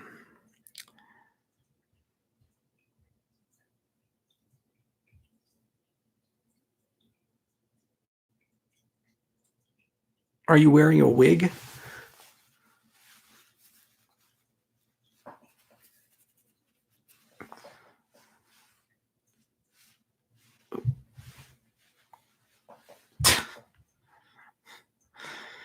All